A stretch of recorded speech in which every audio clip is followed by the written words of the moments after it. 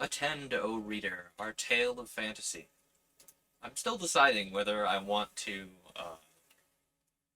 make the intro Attend, O reader, our tale of genre, or stick to the original line, which is Attend, O reader, our tale of wonder. I don't know. I'm thinking about it. We need to finish 20,000 Leagues tonight, and that means we need to dive right into things, so let us do that. Chapter 10, 15, 16, 17. Chapter 17, From Cape Horn to the Amazon. How I got onto the platform, I have no idea. Perhaps the Canadian had carried me there. But I breathed, I inhaled the vivifying sea air. My two companions were getting drunk with the fresh particles, rather.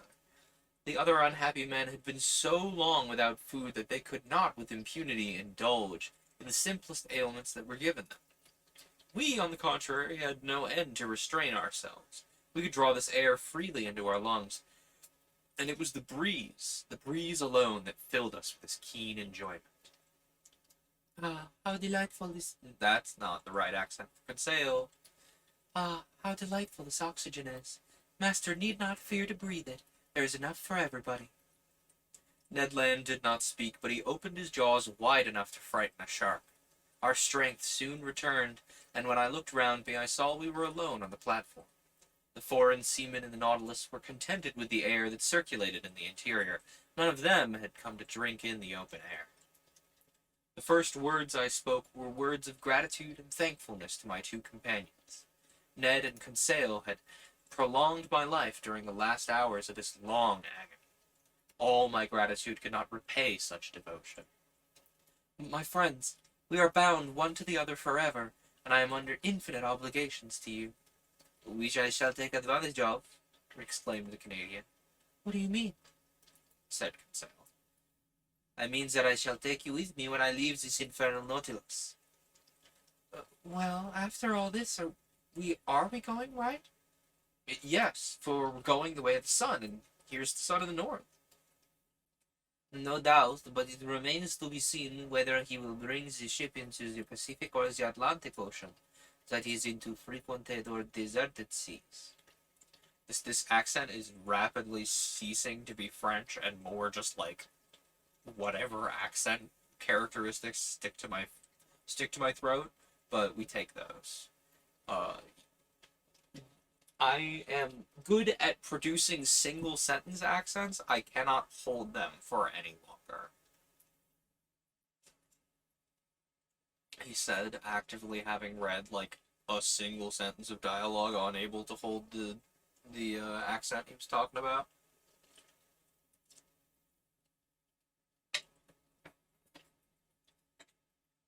To put it bluntly, accents are not my strong suit.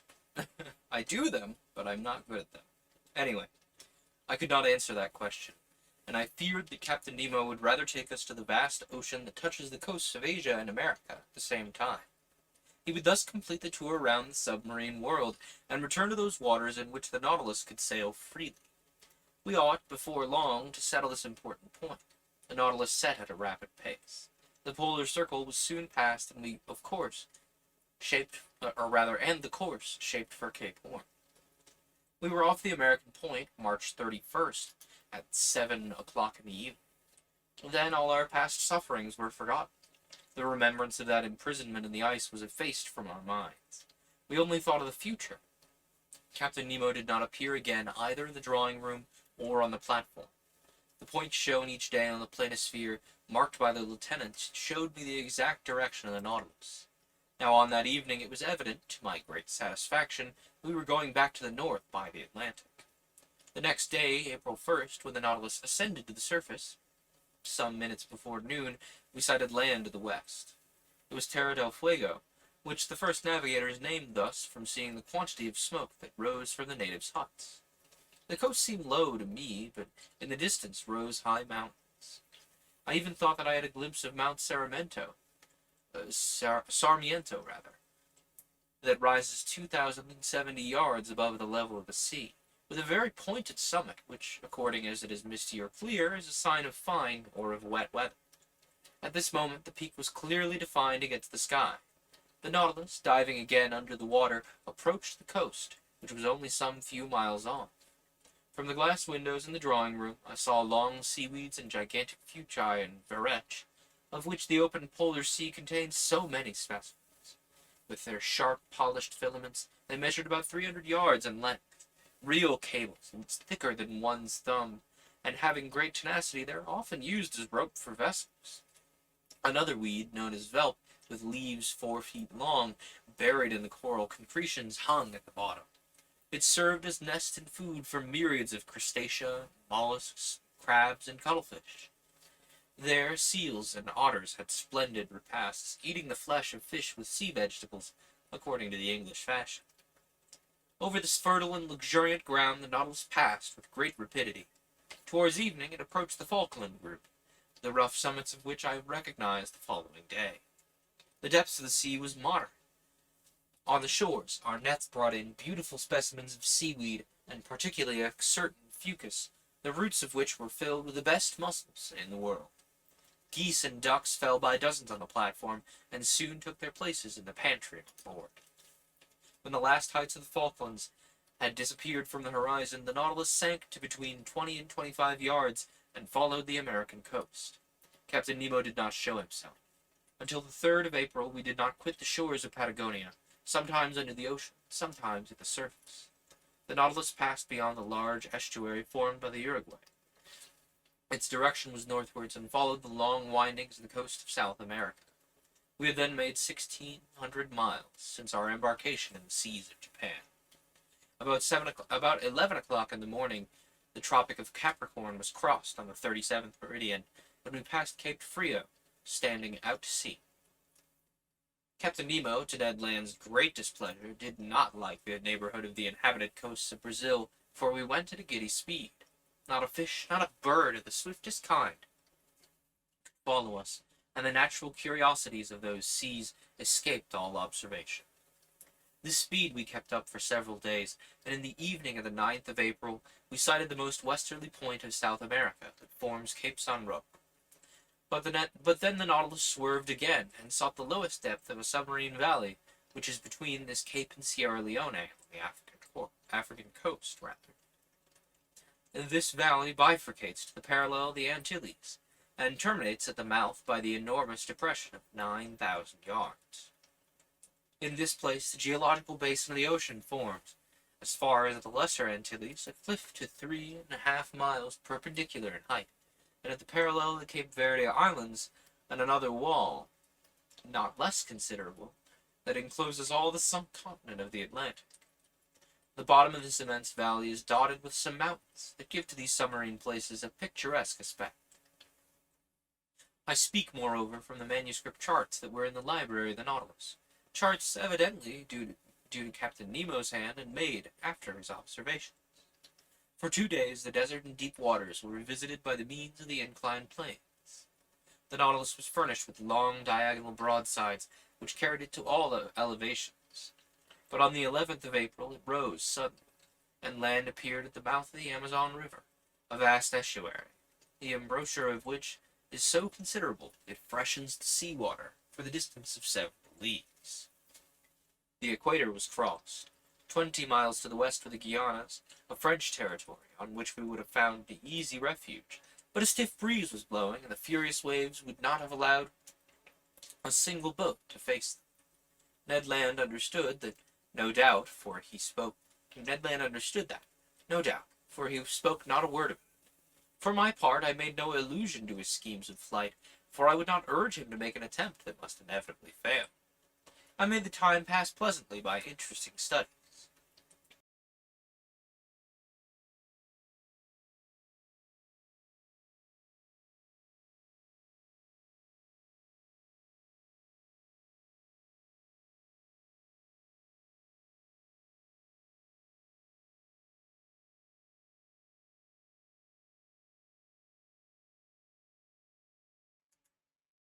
My apologies. Where was I? Schemes of flight.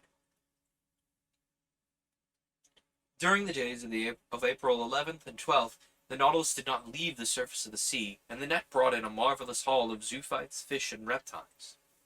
Some zoophytes had been fished up by the chain of nets. They were, for the most part, beautiful phyctolines? Beautiful phyctolines belonging to the Antidian family, and among other species the Phycolus protexta, peculiar to that part of the ocean, with a little cylindrical trunk, ornamented with vertical lines, speckled with red dots, crowning a marvelous blossoming of tentacles. As to the mollusks, they consisted of some I had already observed, turritellus, olive porphyras, and regular lines intercrossed with red spots standing out plainly against the flesh. Odd pteroceras, like petrified scorpions, translucid hyalias, argonauts, cuttlefish, excellent eating those, and certain species of calamars that naturalists of antiquity have classed amongst the flying fish, and that serve principally for bait for cod fishing. I had now an opportunity of studying several species of fish on these shores. Amongst the cartilaginous ones, rather. Oh, I understood the word, I've never said it aloud. Amongst the cartilaginous ones, Petramons prica, a sort of eel, 15 inches long, with a greenish head, violet fins, grey-blue back, brown belly, silvered, and sown with bright spots, the pupil of the eye encircled with gold. A curious animal that the current of the Amazon had drawn to the sea, for they inhabit fresh waters. Tuberculated streaks with pointed snouts, and a long, loose tail, armed with a long, jagged sting. Little sharks, a yard long, grey, whitish skin, several rows of teeth bent back that are generally known by the name of pantophils. Vespertillos, a kind of red isosceles triangle half a yard long, to which pectorals are attached by fleshy prolongations that make them look like bats, but that their horny appendage, situated near the nostrils, has given them the name of sea unicorns. Lastly, some species of ballistae, the Carassivian, whose spots were of a brilliant gold color, and the Capriscus of a clear violet, with varying shades like a pigeon's throat. I end here this catalogue, which is somewhat dry perhaps, but very exact, with a series of bony fish that I observed in passing, belonging to the Apteronotes, whose snout is white as snow, and the body of a beautiful black, marked with a very long, loose, fleshy strip. Ondontognaths. I am probably saying the GN there wrong, but it's fine. Ondontognaths, armed with spikes, sardines 9 inches long, glittering with a bright silver light. A species of mackerel provided with two rear fins, cetrinotes, of a blackish tint that are fished for with torches. Long fish, 2 yards in length, with fat flesh, white and firm, which when they are fresh taste like eel, and when dry like smoked salmon. Labras, half red, covered with scales only at the bottom of the dorsal and rear fins. Chrysoptera, on which gold and silver blend their brightness with that of the ruby and topaz. Golden-tailed spares, the flesh of which is extremely delicate, and whose phosphorescent properties betray them in the midst of the waters. Orange-colored spares with long tongues, migras with long caudal fins, dark thorn-tails, anableps of Suriname, etc., etc. Notwithstanding this, etc., I will not omit to mention fish that Conseil will long remember, and with good reason. One of our nets had hauled up a sort of very flat rayfish, with the tail cut off, formed a perfect disc, and weighing 20 ounces. It was white underneath, red above, with large, round spots of dark blue encircled with black, very glossy skin, terminating in a bilobed fin. Laid out on the platform, it struggled, tried to turn itself by convulsive movements, and made so many efforts that one last turn had nearly sent it into the sea. But Conseil, not wishing to let the fish go, rushed to it, and before I could prevent him, he was overthrown, his legs in the air, and half his body paralyzed, crying, "Oh, oh, master, help me!" It was the first time the poor boy had spoken to me so familiarly. The Canadian eye took him up, and rubbed his contracted arms until he became sensible. The unfortunate Conseil had attacked a cramp fish of the most dangerous kind, the cumana. This odd animal, in a medium conductor like water, strikes fish at a several yards distance, so great is the power of its electric organ, the 2 principal surfaces of which do not measure less than 27 square feet. The next day, April 12th, the Nautilus approached the Dutch coast, near the mouth of the Maroni. There, several groups of sea cows herded together. They were manatees that, like the dugong and the stellara, belonged to the Skenian order. These beautiful animals, peaceable and inoffensive, from 18 to 21 feet in length, weigh at least 1,600 weight. I told Ned Land and Conseil that provident nature had assigned an important role to these mammalia. Indeed, they, like the seals, are designed to graze on the submarine prairies, and thus destroy the accumulation of weed that obstructs a tropical river. And do you know, I added, what has been the result since men have almost been entirely, or rather, do you know what has been the result since men have almost entirely annihilated this useful race? The putrefied weeds have poisoned the air. The poisoned air causes yellow fever that's desolating these beautiful countries. Enormous vegetations are multiplied under the torrid seas, and the evil is irresistibly developed from the mouth of the Rio de la Plata to Florida. If we're to believe Tosanel, this plague is nothing to what it would be if the seas were cleaned of whales and seals.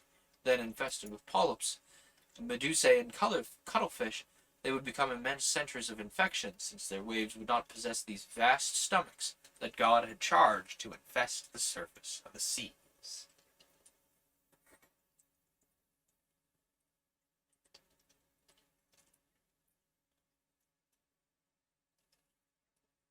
Remind me, is yellow fever one of them that's transmuted by mosquitoes? I know there are several other, famous fevers that are uh, transmitted by a mosquito, but I don't know if that applies to yellow fever. It's just very interesting to see the way that books like this approach things like that. They're like, oh yes, of course the devastation of the manatee population actually does this, when a modern scientist is like, the devastation of the manatee population causes several hundred problems, the least of which being this, if it does actually cause the incidence of yellow fever.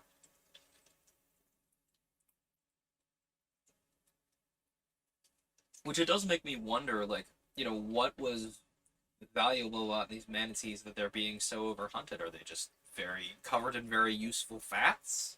Very useful oils like whales? I have no idea. Anyway, they're endangered. They remain endangered now, despite several rule changes, changing the limitations of endangered species.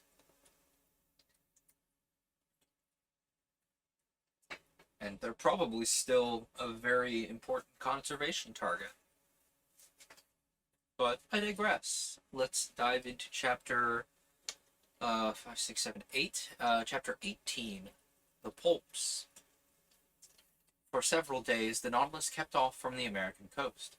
Evidently, it did not wish to risk the tides of the Gulf of Mexico or the Sea of the Antilles.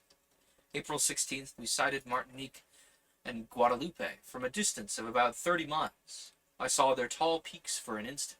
The Canadian, who counted on carrying out his projects in the Gulf by either landing or hailing one of the numerous boats that coast from one island to another, was quite disheartened. Flight would have been quite practicable if Ned Land had been able to take possession of the boat without the captain's knowledge. But in the open sea, it could not be thought. The Canadian, Conseil, and I had a long conversation on this subject. For 6 months we'd been prisoners on board the Nautilus. We'd traveled 17,000 leagues, and as Ned Land said, there was no reason why it should come to an end. We could hope nothing from the captain of the Nautilus, but only from ourselves. Besides, for some time past he'd become graver, more retired, less sociable. He seemed to shun me. I met him rarely. Formerly he was pleased to explain the submarine marvels to me, and now he left me to my studies and came no more to the saloon. What change had come over him? For what cause? For my part, I did not wish to bury with me my curious and novel studies. I had now the power to write the true book of the sea, and this book, sooner or later, I wished to see daylight. The land nearest us was the archipelago of the Bahamas. There rose submarine cliffs high covered with large weeds. It was about 11 o'clock when Ned Land drew my attention to a formidable pricking, like the sting of an ant, which was produced by the means of these large seaweeds. Well, these are proper caverns for pulps, and I shouldn't be astonished to see some of these monsters. What? Cuttlefish? Real cuttlefish of the cephalopod class? No, no. Pulps of huge dimensions. Hang on. Before we get too far into this chapter, I should have looked this up between chapters. Was a pulp? Poulp. I'm looking that up. Was that pulp? It's a cephalopod, such as an octopus, cuttlefish, or squid. So it's just a broad category that also includes like a yeah. Apparently they're just like what we. It's like a very it's a subclass of cephalopods. Huh. I am at least saying it right. Alternative form of pulp, borrowed from French pulp, doublet of pulp. Archaic, an octopus. Okay, so it is essentially just cephalopod. It's just a big boy cephalopod, like a cuttlefish. Anyway, no, pulps of huge dimensions. I will never believe that such animals exist. Well, said Conseil with the most serious air in the world, I remember perfectly to have seen a large vessel drawn under the waves by an octopus's arm. You saw that? Yes, Ned. With your own eyes? With my own eyes. Where, pray, may that be? At St. Malo. In the port? No, in a church. In a church?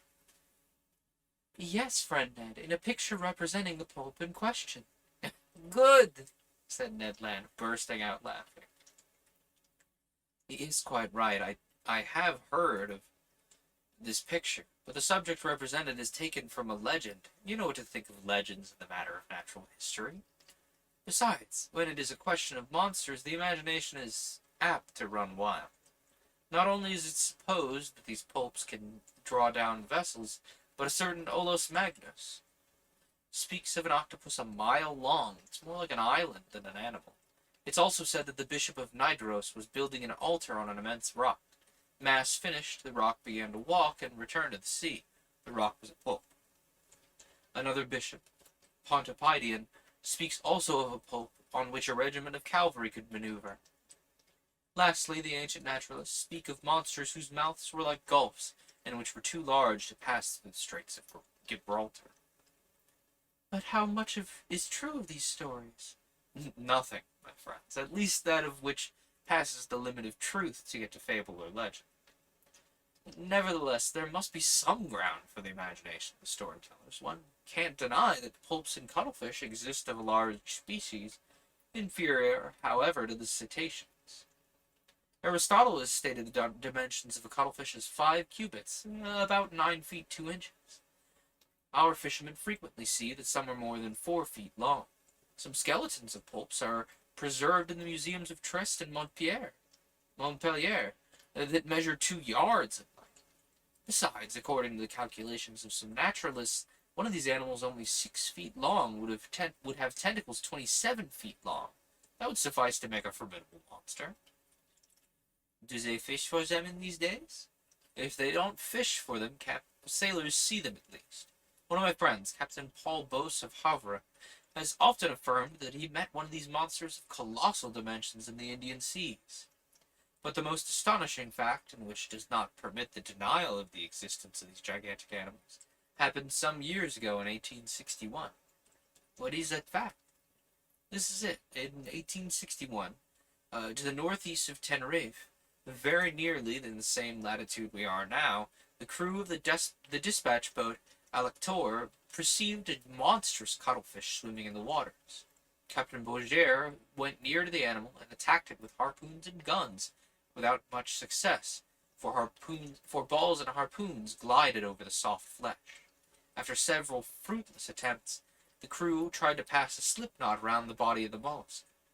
The noose slipped as far as the tail fins and there stopped. They then tried to haul it on board, but its weight was so considerable that the tightness of the cord separated the tail from the body, and deprived of this ornament, he disappeared under the water. Is that a fact? An indisputable fact, my good Ned. They proposed to name this culp Beauger's cuttlefish. What length was it? Didn't it measure about 6 yards? Said Conseil, who, pointing at the window, was examining again the irregular windings of the cliff. Precisely. Its head was... Its head wasn't where it... Its head, was it not crowned with 8 tentacles that beat the water like a nest of serpents? Precisely. Had not its eyes, placed back at its head, considerable development? Yes, Conseil. And was not its mouth like a parrot's beak? Exactly, Conseil. Very well. No offense to master, he replied quietly. If this is not Beauger's cuttlefish, it is at least one of its brothers. I looked at Conseil, and Ned Land hurried to the window. What a horrible beast! He cried. I looked in my turn and couldn't repress a gesture of disgust. Before my eyes was a horrible monster worthy to figure in the legends of the marvelous. It was an immense cuttlefish, about 8 yards long. 8 yards long? That's a massive cuttlefish. Sorry. I had to say that. That's a big boy cuttlefish. Like, I'm used to seeing cuttlefish like palm of your hand size cuttlefish. 8 yards long? That's massive. It swam crossways in the direction of the Nautilus with great speed, watching us with its enormous, staring green eyes. Its 8 arms, or rather feet, fixed to its head, that have given the name of cephalopod to these animals. They were twice as long as its body, and were twisted like a fury's hair. One could see the 250 air holes on the inner side of the tentacles. The monster's mouth, a horned beak like a parrot's, opened and shut vertically. Its tongue, a horned substance, furnished with several rows of pointed teeth, came out quivering from this veritable pair of shears. What a freak of nature, a bird's beak on a mollusk. Its spindle-like body formed a fleshy mass that might weigh 4,000 to 5,000 pounds, the varying color changing with great rapidity according to the irritation of the animal, passed successively from livid gray to reddish brown. What irritated the mollusk? No doubt the presence of the Nautilus, more formidable than itself, and on which its suckers or jaws had no hold. Yet what monster these pulps are! And what vitality the Creator's given them, what vigor in their movements! They possess 3 hearts! Chance had brought us in the presence of this cuttlefish, and I did not wish to lose the opportunity of carefully studying this specimen of cephalopods. I overcame the horror that inspired me, and taking a pencil, began to draw it. Perhaps this is the same which the Alector saw, said Conseil. No, for this is whole, and the other had lost its tail. That's no reason. The arms and tails of these animals, they reform by renewal. In 7 years, the tail of Beauger's cuttlefish has long since regrown. By this time, other pulps appeared at the port light. I counted 7. They formed a procession after the Nautilus, and I heard their beaks gnashing against the iron hull. I continued my work. These monsters kept in the water with such precision that they seemed immovable. Suddenly, the Nautilus stopped. A shock made it tremble in every plate. Have we struck anything? In any case, we shall be free, for we are floating. The Nautilus was floating, no doubt, but it didn't move. A minute passed. Captain Nemo, followed by his lieutenant, entered the drawing room. I hadn't seen him for some time. He seemed dull. Without noticing or speaking to us, he went to the panel, looked at the pulps, and said something to his lieutenant. The latter went out, and soon the panels were shut. The ceiling was lighted, and I went toward the captain. What a curious collection of pulps. Again? Sure, yeah. It's 15 minutes later, thank you. What a curious collection of pulps, I said. Yeah, yes, indeed, Mr. Naturalist, and we're going to fight them. Man to beast. I looked at it. I thought I hadn't heard all that. Man to beast? Yes, sir. The screw is stopped. I think the jaws of one of the cuttlefish have entangled in the blades. This is what's preventing our movement. What are you going to do? Rise to the surface and slaughter the vermin. That's a difficult enterprise. Yes, indeed. The electric bullets are powerless against the soft flesh, where they do not find resistance enough to go off. but we will attack them with a hatchet. And the harpoon, sir, if you do not refuse my help. I'll accept it, Master Land. We'll follow you. And I followed Captain Nemo as we went toward the central staircase. There, about 10 men with boarding hatchets were ready for the attack. Conseil and I took 2 hatchets. Ned Land seized a harpoon. The Nautilus had then risen to the surface. One of the sailors, posted on the top ladder step, unscrewed the bolts of the panels, but hardly were the screws loosed when the panel rose with great violence, evidently drawn by the suckers of the pulp's arm. Immediately one of these arms slid like a serpent down the opening, and 20 others were above.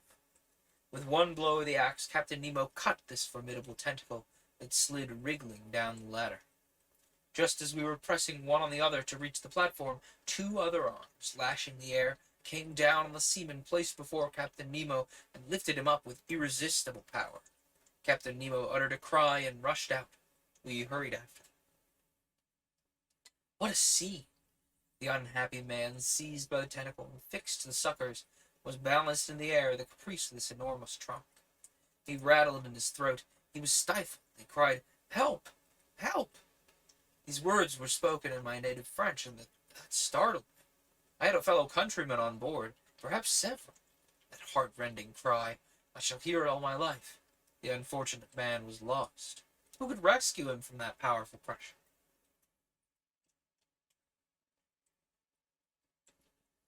Apologies for the yawns. I forgot to do my warm-ups.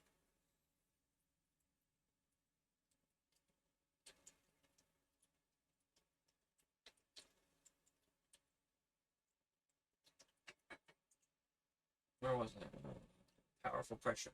However, Captain Nemo had rushed to the pulp, and with one blow of the axe cut through one arm. His lieutenant struggled furiously against the other monsters that crept on the flanks of the Nautilus. The crew fought with their axes. The Canadian, Conseil, and I buried our weapons in the fleshy masses. A strong smell of musk penetrated the atmosphere. It was horrible. For one instant, I thought the unhappy man, entangled with the pulp, would be torn from its powerful suction. 7 of the 8 arms had been cut off. One only wriggled in the air, brandishing the victim like a feather. But just as Captain Nemo and his lieutenant threw themselves on it, the animal ejected a stream of black liquid. We were blinded with it. When the cloud dispersed, the cuttlefish had disappeared, and my unfortunate countryman with it. 10 or 12 pulps now invaded the platform and the sides of the Nautilus. We rolled pell-mell into the midst of this nest of serpents that wriggled on the platform in the waves of blood and ink. It seemed as though these slimy tentacles sprang up like the Hydra's heads. Ned Land's harpoons, at each stroke, was plunged into the staring eyes of the cuttlefish, but my bold companion was suddenly overturned by the tentacles of a monster he had not been able to wound. Oh, how my heart beat with emotion and horror! The formidable beak of a cuttlefish was now open over Ned Land. The unhappy man would be cut in 2. I rushed to his succor, but Captain Nemo was before me. His axe disappeared between the 2 enormous jaws, and, miraculously saved, the Canadian rose and plunged his harpoon deep into the triple heart of the pulp. I owed myself this revenge, said the captain of the Canadian. Ned bowed without replying, and the combat had merely lasted a quarter of an hour. The monsters, vanquished or mutilated, left us at last and disappeared under the waves. Captain Nemo, covered with blood, nearly exhausted, gazed upon the sea that had swallowed up one of his companions, and great tears gathered in his eyes.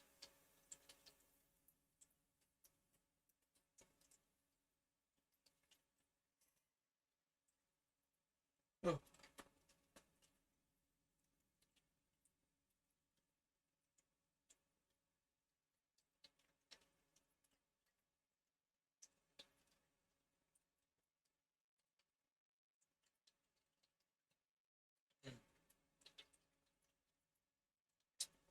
This is really good tea. I'm not usually one for rooibos, but like, I think it's something about that Thai basil. That, and I don't drink a lot of chamomile either, so it's kind of it feels a little novel to me. Oh my gosh, Lifer is so comfy. I need to adjust the camera so you all can see just how incredibly snug this man is. Look at this man. Look how comfortable. Maximum cozy. While I finish off this cup of tea, we will observe Library in his natural habitat. His deep, deep snugness.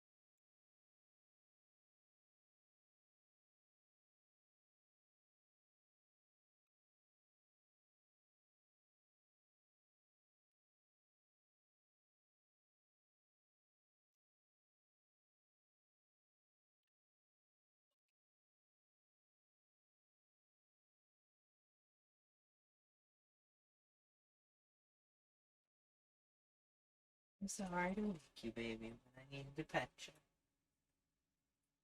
Yeah.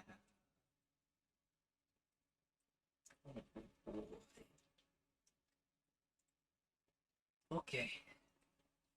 Let us return to our novel here. Fix the camera a little further down, let's say. Yeah. How's that? That looks good.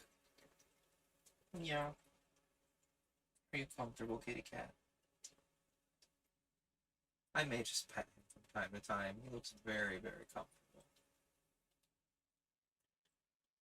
I've been kind of using the cats as a thermometer in here to try to kind of parse what the temperature is like.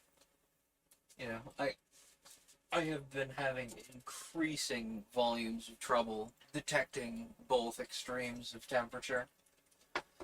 I haven't been able to feel cold for a long time, but I'm getting increasingly unaware of feeling heat as well, unless it is directly impacting me, like it's like directly against my skin. And that one will definitely come back to bite me, because I am a delicate little orchid man. I have no constitution. And so if it gets too hot in here and I don't notice, it will not end well. Okay, okay. You don't want any pets? It's very unlike you, sir. He's thinking, just let me sleep, man. You don't gotta pet me.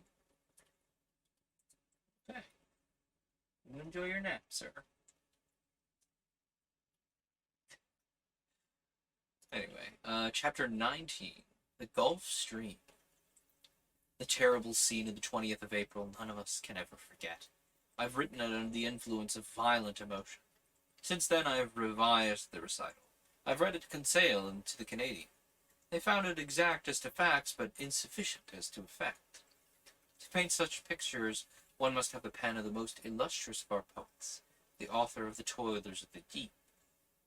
I have said that Captain Nemo wept while watching the waves. His grief was great. It was the second companion he'd lost since our arrival on board. What a death! That friend, crushed, stifled, bruised by the dreadful arms of Pope, pounded by his iron jaws, would not rest with his comrades in the peaceful coral cemetery. In the midst of the struggle, it was the despairing cry uttered by the unfortunate man that had torn my heart. This poor Frenchman, forgetting his conventional language, had taken to his own mother tongue to utter a last appeal.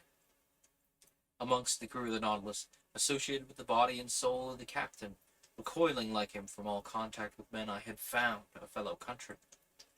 Did he alone represent France in this mysterious association, evidently composed of individuals of divers nationalities? It was one of these insoluble problems that rose up unceasingly before my mind. Captain Nemo entered his room, and I saw him no more for some time. But that he was sad and irresolute I could see by the vessel, of which he was the soul and which received all his impressions. The Nautilus did not keep on its settled course. It floated about like a corpse at the will of the waves. It went at random. He could not tear himself away from the scene of the last struggle, from this sea that had devoured one of his men. 10 days passed thus. It was not till the 1st of May that the Nautilus resumed its northerly course, after having sighted the Bahamas at the mouth of the Bahama Canal. We were then following the current from the largest river to the sea that has its banks, its fish, and its proper temperatures. I mean the Gulf Stream. It's really a river that flows freely to the middle of the Atlantic, and whose waters do not mix with the ocean waters. It's a salt river, saltier than the surrounding sea. Its mean depth is 1,500 fathoms, its mean breadth 10 miles. And in certain places, the current flows with a speed of 2 miles in half an hour. The body of its waters is more considerable than that of all the rivers in the globe. It was on this ocean river that the Nautilus then sailed. I must add that during the night, the phosphorescent waters of the Gulf Stream rivaled the electric power of our watchlight, especially in the stormy weather that threatened us so frequently. May 8th, we were still crossing Cape Hatteras at the height of the North Carolina. The width of the Gulf Stream there is 75 miles, and its depth 210 yards. The Nautilus still went at random. All supervision seemed abandoned. I thought that under these circumstances escape would be possible. Indeed, the inhabited shores offered anywhere an easy refuge. The sea was incessantly plowed by the steamers that ply between New York or Boston and the Gulf of Mexico, and overrun day and night by the little schooners coasting about the several parts of the American coast. We could hope to be picked up. It was a favorable opportunity, notwithstanding the 30 miles that separated the Nautilus from the coast of the Union. One unfortunate circumstance thwarted the Canadians' plans. The weather was very bad. We were nearing those shores whose tempests were so frequent that the country of waterspouts and cyclones actually endangered the current of the Gulf Stream. To tempt the sea in a frail boat was certain destruction. Ned Land owned this himself. He fretted, seized with nostalgia that flight could only cure. "Master," he said that day to me, "this must come to an end. I must make a clean break of it. This Nemo is leaving land and going up the north.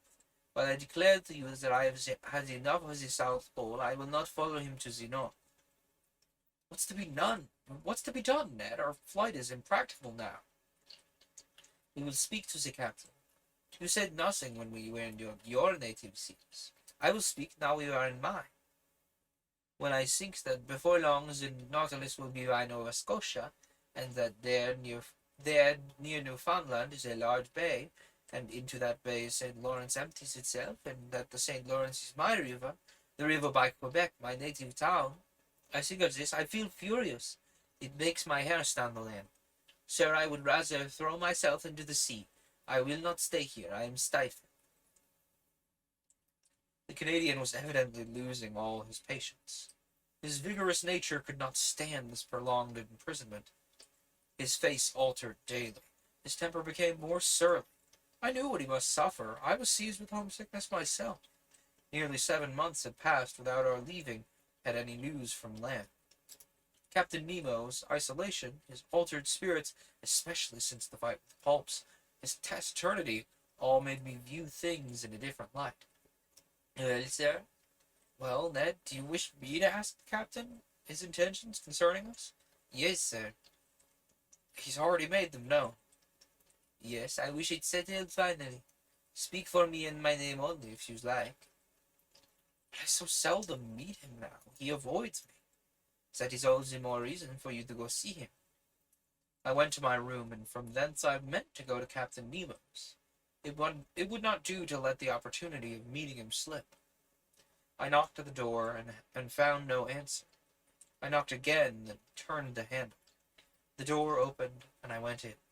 The captain was there, bent over his work-table, having not heard me. Resolved not to go without having spoken, I approached him. He raised his head quickly, frowned, and then said roughly, "You here? What do you want?" "To speak to you, Captain." "I'm busy, sir. I'm working.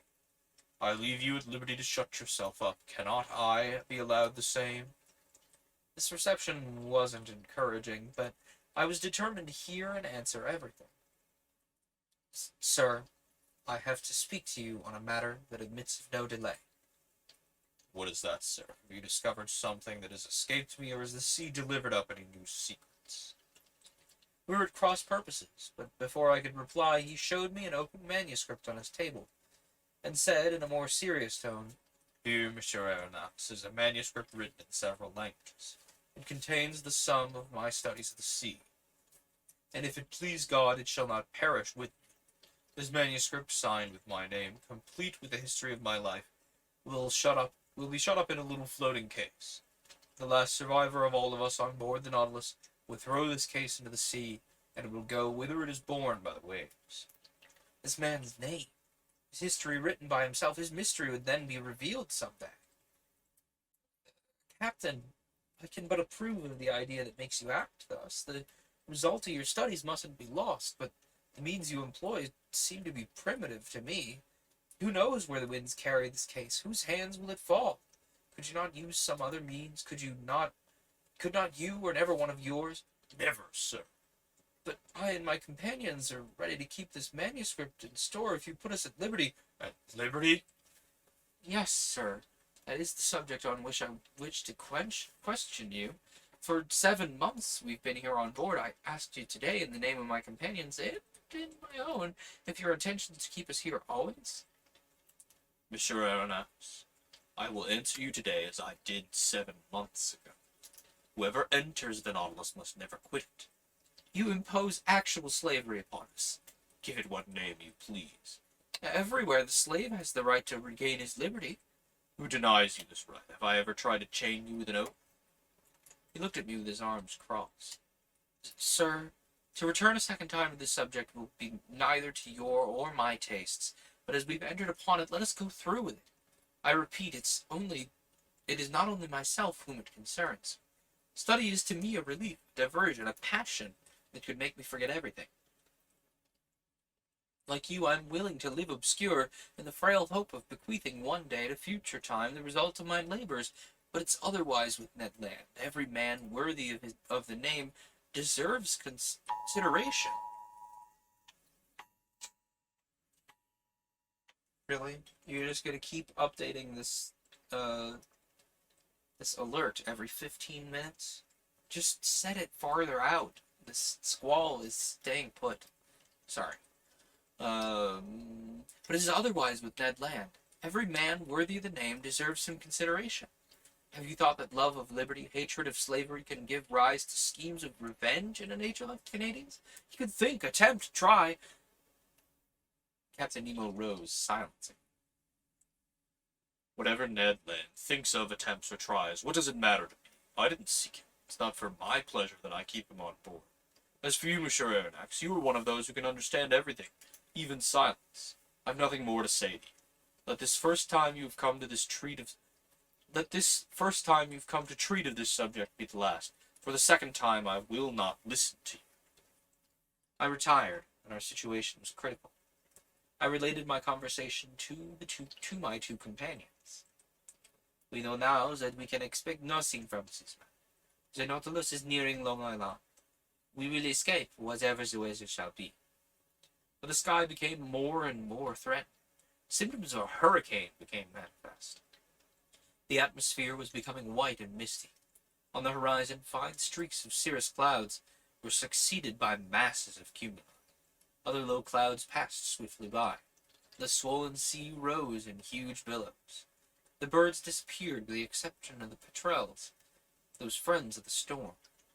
The barometer fell sensibly and indicated an extreme extension of the vapors. The mixture of the storm glass was decomposed under the influence of the electricity that pervaded the atmosphere. The tempest burst on the 18th of May just as the Nautilus was floating off Long Island, some miles from the port of New York. I can describe this strife of the elements, for instead of fleeing to the depths of the sea, Captain Nemo, by an unaccountable caprice, would brave it at the surface. The wind blew from the southwest at first. Captain Nemo, during these squalls, had taken his place on the captain's platform. He'd made himself fast to prevent being washed overboard by monstrous waves. I hoisted myself up and made myself fast also, dividing my admiration between the tempest and this extraordinary man who was coping with it. The raging sea was swept by huge cloud drifts, which were actually saturated with the waves. The Nautilus, sometimes lying on its side, sometimes standing up like a mast, rolled and pitched horribly. At about 5 o'clock, a torrent of rain fell that lulled neither sea nor wind. The hurricane blew nearly 40 leagues an hour. It's under these conditions that it overturns houses, breaks iron gates, displaces 24-pounders. However, the Nautilus, in the midst of the tempest, confirmed the words of a clever engineer. There's no well-constructed hull that cannot defy the sea. This was not a resisting rock. It was a steel spindle, obedient and movable, without rigging or mast, that braved its fury with impunity. However, I watched these raging waves attentively. They measured 15 feet in height and 150 to 170 yards long, and their speed of propagation was 30 feet per second. Their bulk and power increased with the depth of the water. Such waves as these at the Hebrides have displaced a mass weighing 8,400 pounds. They are they which, in the tempest of December 23rd, 1864, after destroying the town of Yedo in Japan, broke the same day on the shores of America. The intensity of the tempest increased with the night. The barometer, as in 1860 at Reunion during a cyclone, fell 7/10 at the close of day. I saw a large vessel pass the horizon, struggling painfully. She was trying to lie under half steam to keep above the waves. It was probably one of the steamers of the line from New York to Liverpool or Havre. It soon disappeared in the gloom, and at 10 o'clock in the evening the sky was on fire. The atmosphere was streaked with vivid lightning. I couldn't bear the brightness of it, while the captain, looking at it, seemed to envy the spirit of the tempest. A terrible noise filled the air, a complex noise, made up of the howls of the crushed waves, the roaring of the wind, the claps of the thunder. The wind veered suddenly to all points of the horizon, and the cyclone, rising in the east, returned after passing by the north, west, and south, in the inverse course pursued by the circular storm of the southern hemisphere. Gulf Stream. It deserves its name, the king of tempests. It is that which causes those formidable cyclones by the difference of temperature between its air and its currents. A shower of fire had succeeded the rain. The drops of water had changed to sharp spikes. One would have thought that Captain Nemo was courting a death worthy of himself, a death by lightning. As the Nautilus, pitching dreadfully, raised its steel spur in the air, it seemed to act as a conductor, and I saw long sparks burst from it. Crushed and without strength, I crawled to the panel, opened it, and descended to the saloon. The storm...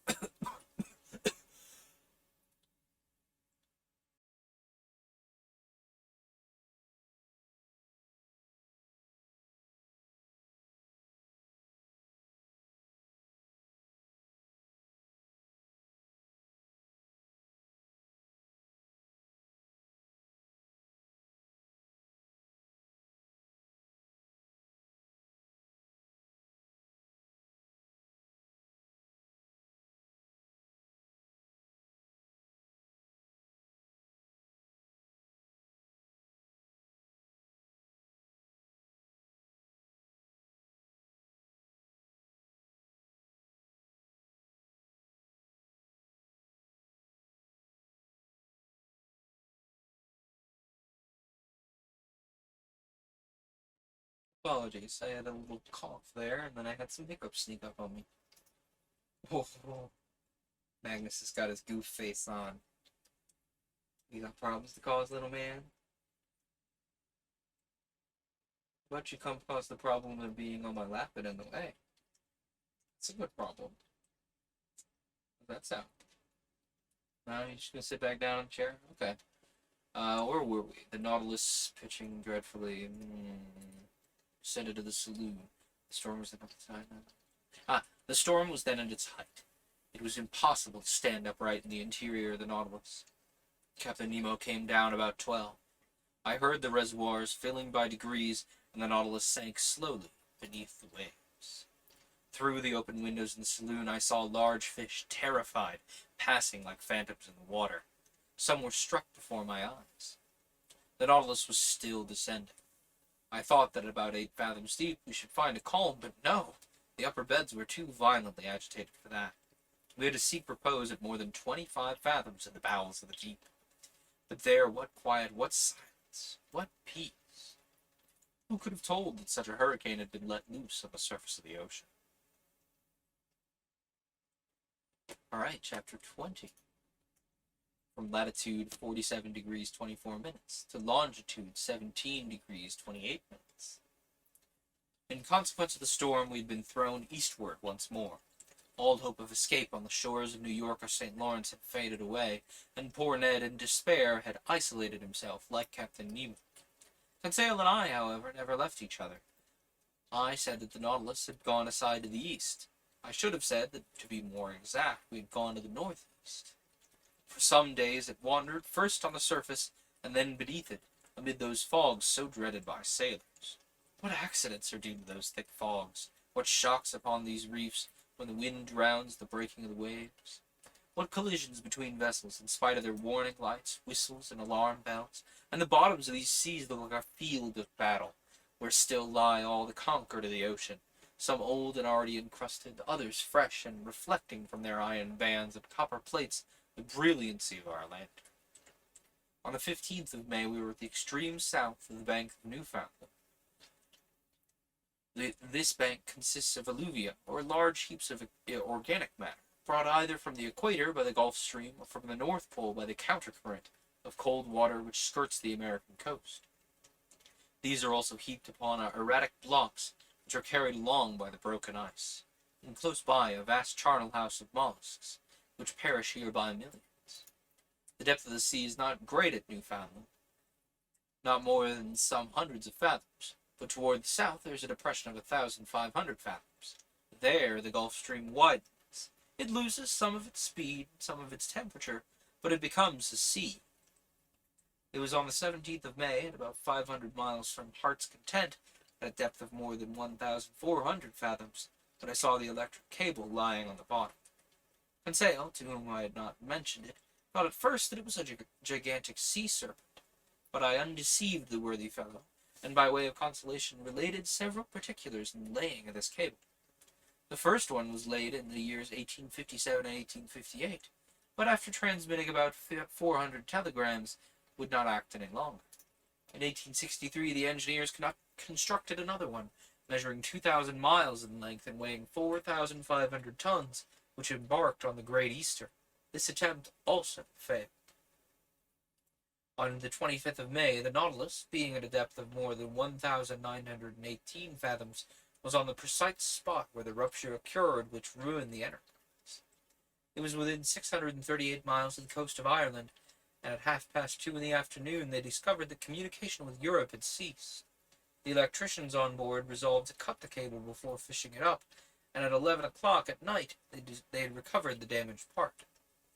They made another point and spliced it, and it was once more submerged, but some days after it broke again, and in the depths of the ocean could not be recaptured. The Americans, however, were not discouraged. Cyrus Field, the bold promoter of the enterprise, as he had sunk all his own fortune, set a new subscription on foot, which was at once answered, and another cable was constructed on better principles. The bundles of conducting wires were each enveloped in gutta percha, and protected by a wadding of hemp, containing the metallic covering. The Great Eastern sailed on the 13th of July, 1866. The operation worked well, but one incident occurred.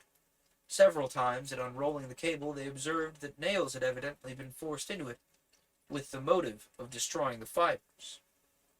Captain Anderson, the officers, and the engineers consulted each other, and posted up that if the offender was suspended on board, he would be thrown without further trial into the sea. From that time, the criminal attempt was never repeated. On the 23rd of July, the Great Eastern was not more than 500 miles from Newfoundland, when they telegraphed from Ireland the news of the armistice concluded between Prussia and Austria after Sadowa.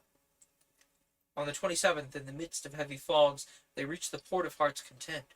The enterprise was successfully terminated, and for its first dispatch, young America addressed old Europe in those words of wisdom so rarely understood. Glory to God in the highest, and on earth peace, goodwill towards men. I did not expect to find the electric cable in its primitive state, such as it was on leaving the manufactory.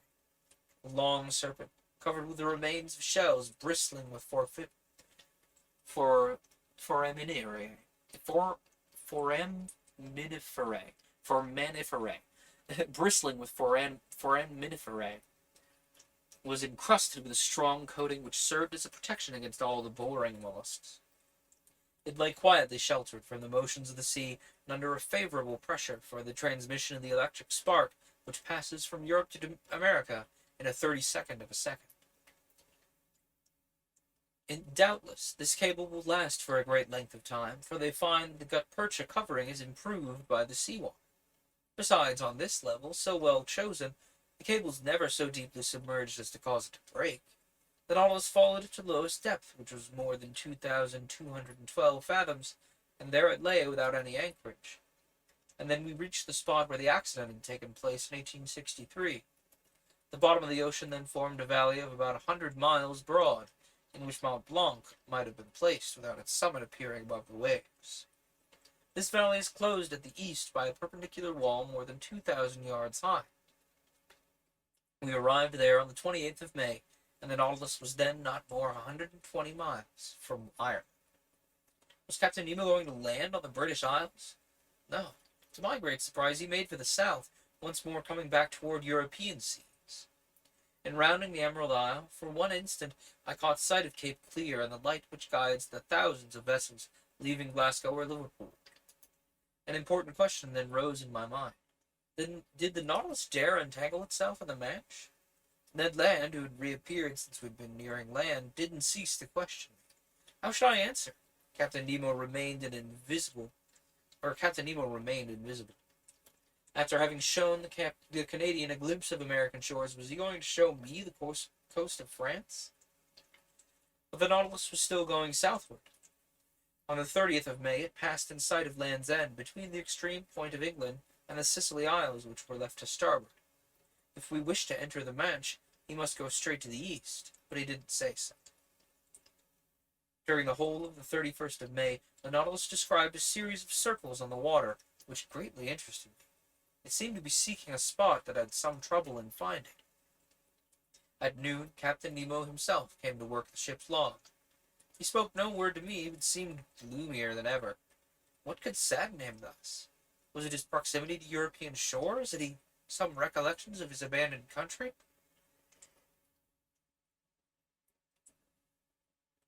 If not, what did he feel? Remorse? Regret?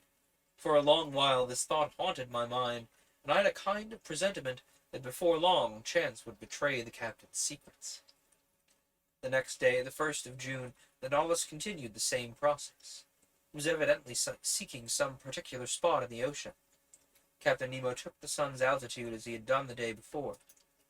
The sea was beautiful, the sky clear. About 8 miles to the east, a large steam vessel could be discerned on the horizon.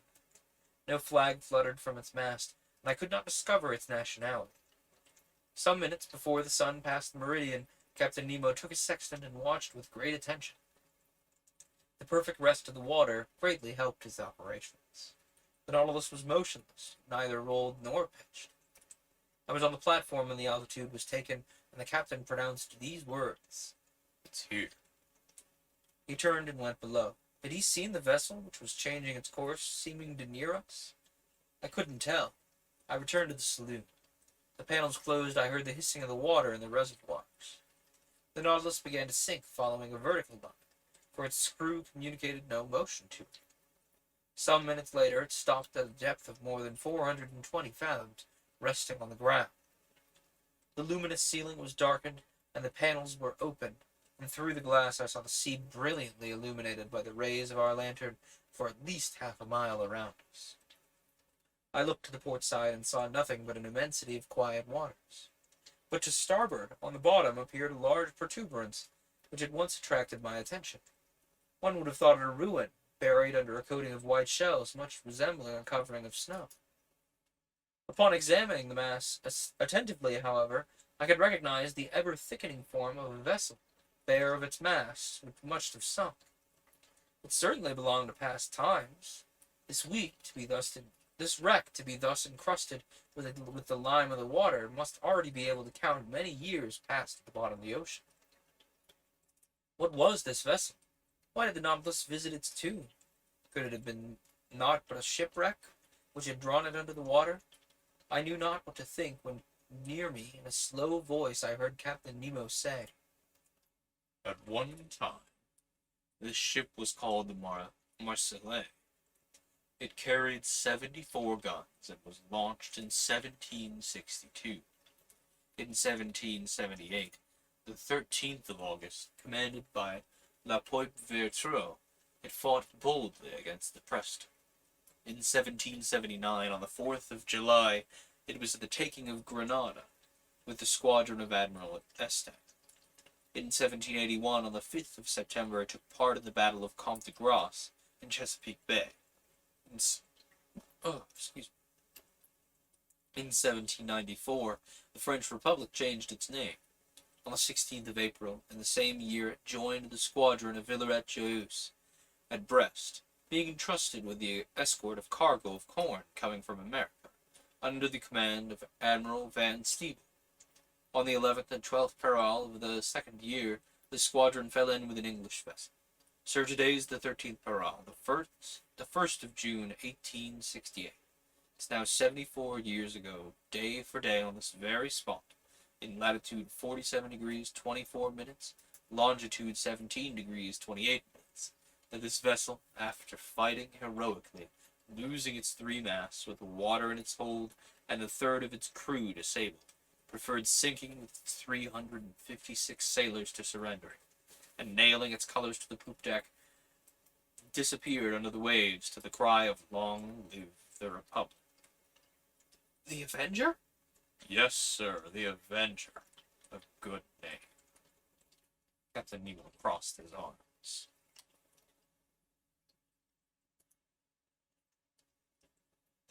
I may have hit the wrong button. Oops. I definitely did hit the wrong button. It's asking if I want to open things. Not right now. That's the one I wanted. We still have 1, 2, 3 chapters left. I had to make sure. Yeah, we've got a ways before we need to take a... Well, I actually might take an intermission at 1:30, at an hour 30. I'm tempted to take an intermission now. Just because we have 3 chapters left and we had 5 when we started. Tell you what, we'll take an intermission after this next chapter.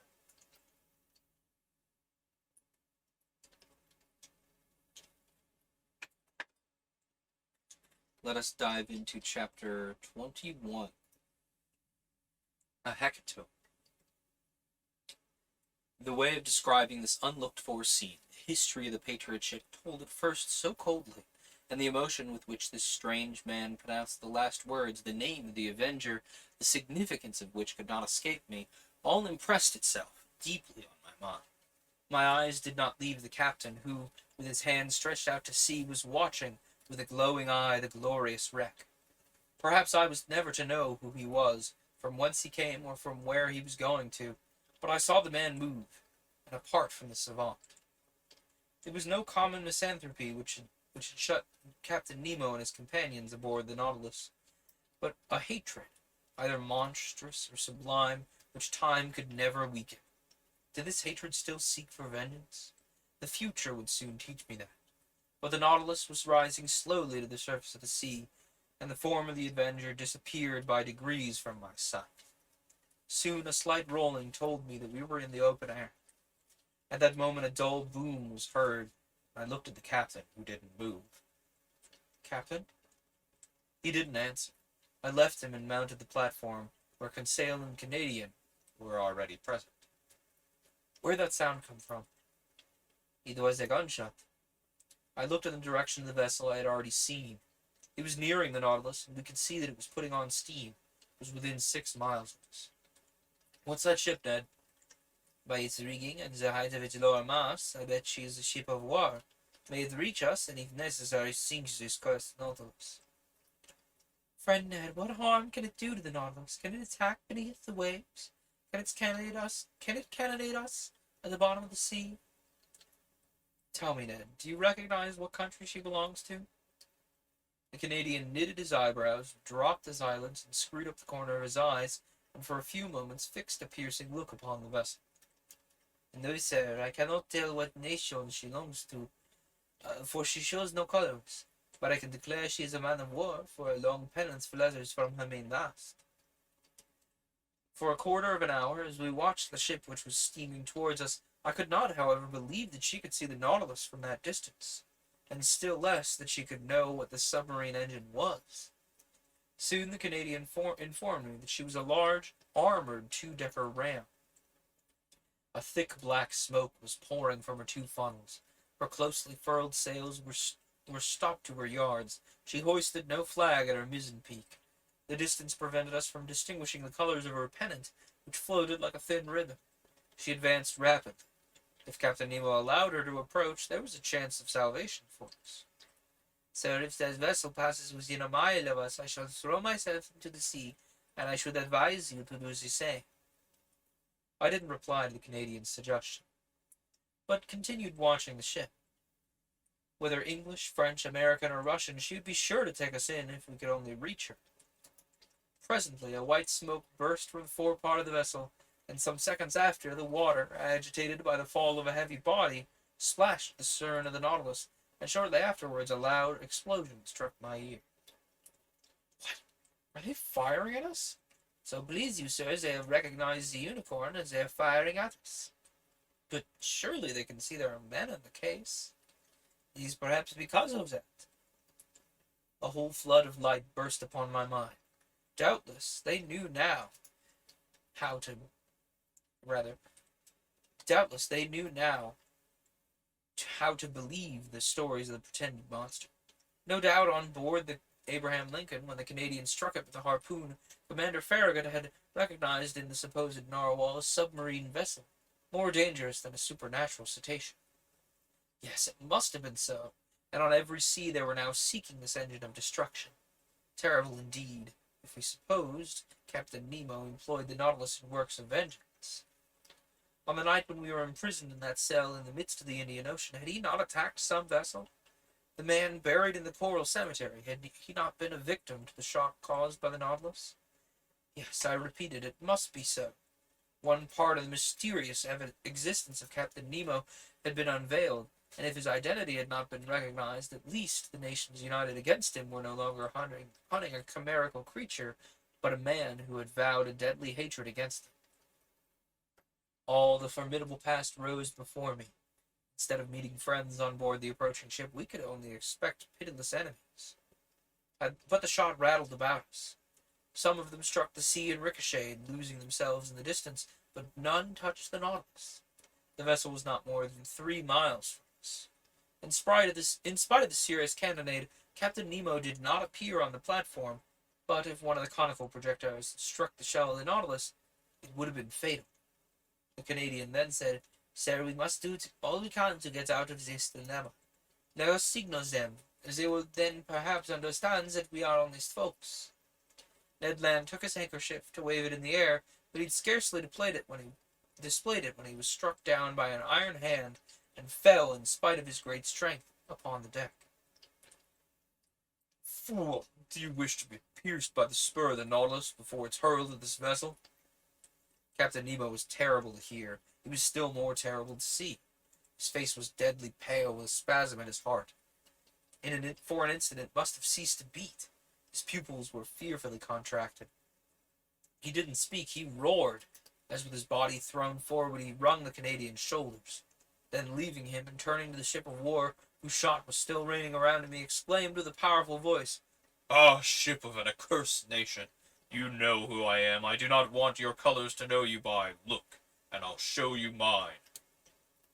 And on the forward part of the platform, Captain Nemo unfurled a black flag similar to the one he had placed at the South Pole. At that moment a shot struck the shell of the Nautilus obliquely, without piercing it, and rebounding near the captain, was lost in the sea. He shrugged his shoulders, and addressing me, said shortly, "Go down. You and your companions go down." "Sir, are you going to attack this vessel?" "Sir, I'm going to sink it." "You will not do that?" "I shall do it, and I advise you not to judge me, sir. Fate has shown you what you ought not to have seen. The attack has begun. Go down." "What is this vessel?" "You do not know? Very well. So much the better. Its nationality to you will at least be a secret. Go down." We could but obey. About 15 of the sailors surrounded the captain, looking with implacable hatred at the vessel nearing them. One could feel that the same desire of vengeance animated every soul. I went down at the moment another projectile struck the Nautilus, and I heard the captain exclaim, "Strike, mad vessel! Shower your useless shot, and then you will not escape the spur of the Nautilus. But it is not here that you shall perish. I would not have your ruins mingled with that of the Avenger." I reached my room. The captain and his second had remained on the platform. The screw was set in motion, and the Nautilus, moving with speed, was soon beyond the reach of the ship's guns. But the pursuit continued, and Captain Nemo contented himself with keeping his distance. About 4 in the afternoon, being no longer to contain my impatience, I went to the central staircase. I went to the central staircase. The panel was open, and I ventured onto the platform. The captain was still walking up and down with an agitated step. He was looking at the ship, which was 5 or 6 miles to the leeward. He was going round it like a wild beast, and drawing it eastward. He allowed them to pursue, but he didn't attack. Perhaps he still hesitated? I wished to meditate once more, but I had scarcely spoken when Captain Nemo imposed silence, saying, "I'm the law, I'm the judge, I'm the oppressed, and there's the oppressor. Through him I've lost all that I loved, cherished, and venerated. Country, wife, children, father, and mother, I saw all perish. All that I hate is there, say no more." I cast a look at the man of war, which was putting on steam, and rejoined Ned and Conseil. "The Fly. Good, but what is his vessel?" "I don't know, but whatever it is, it'll still be sunk before tonight. In any case, it is better to perish with it than be made accomplices in a retaliation the justice of which we cannot judge. That is my opinion too. Let us wait for night."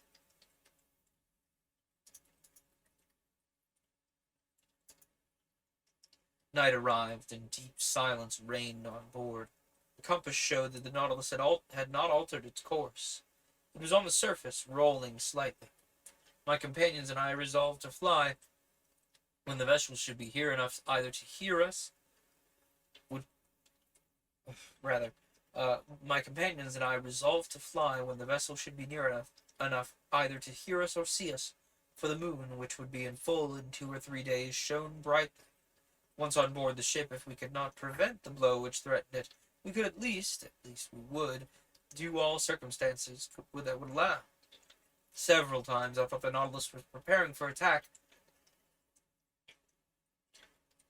but Captain Nemo contented himself with allowing his adversary to approach, and then fled once more before it.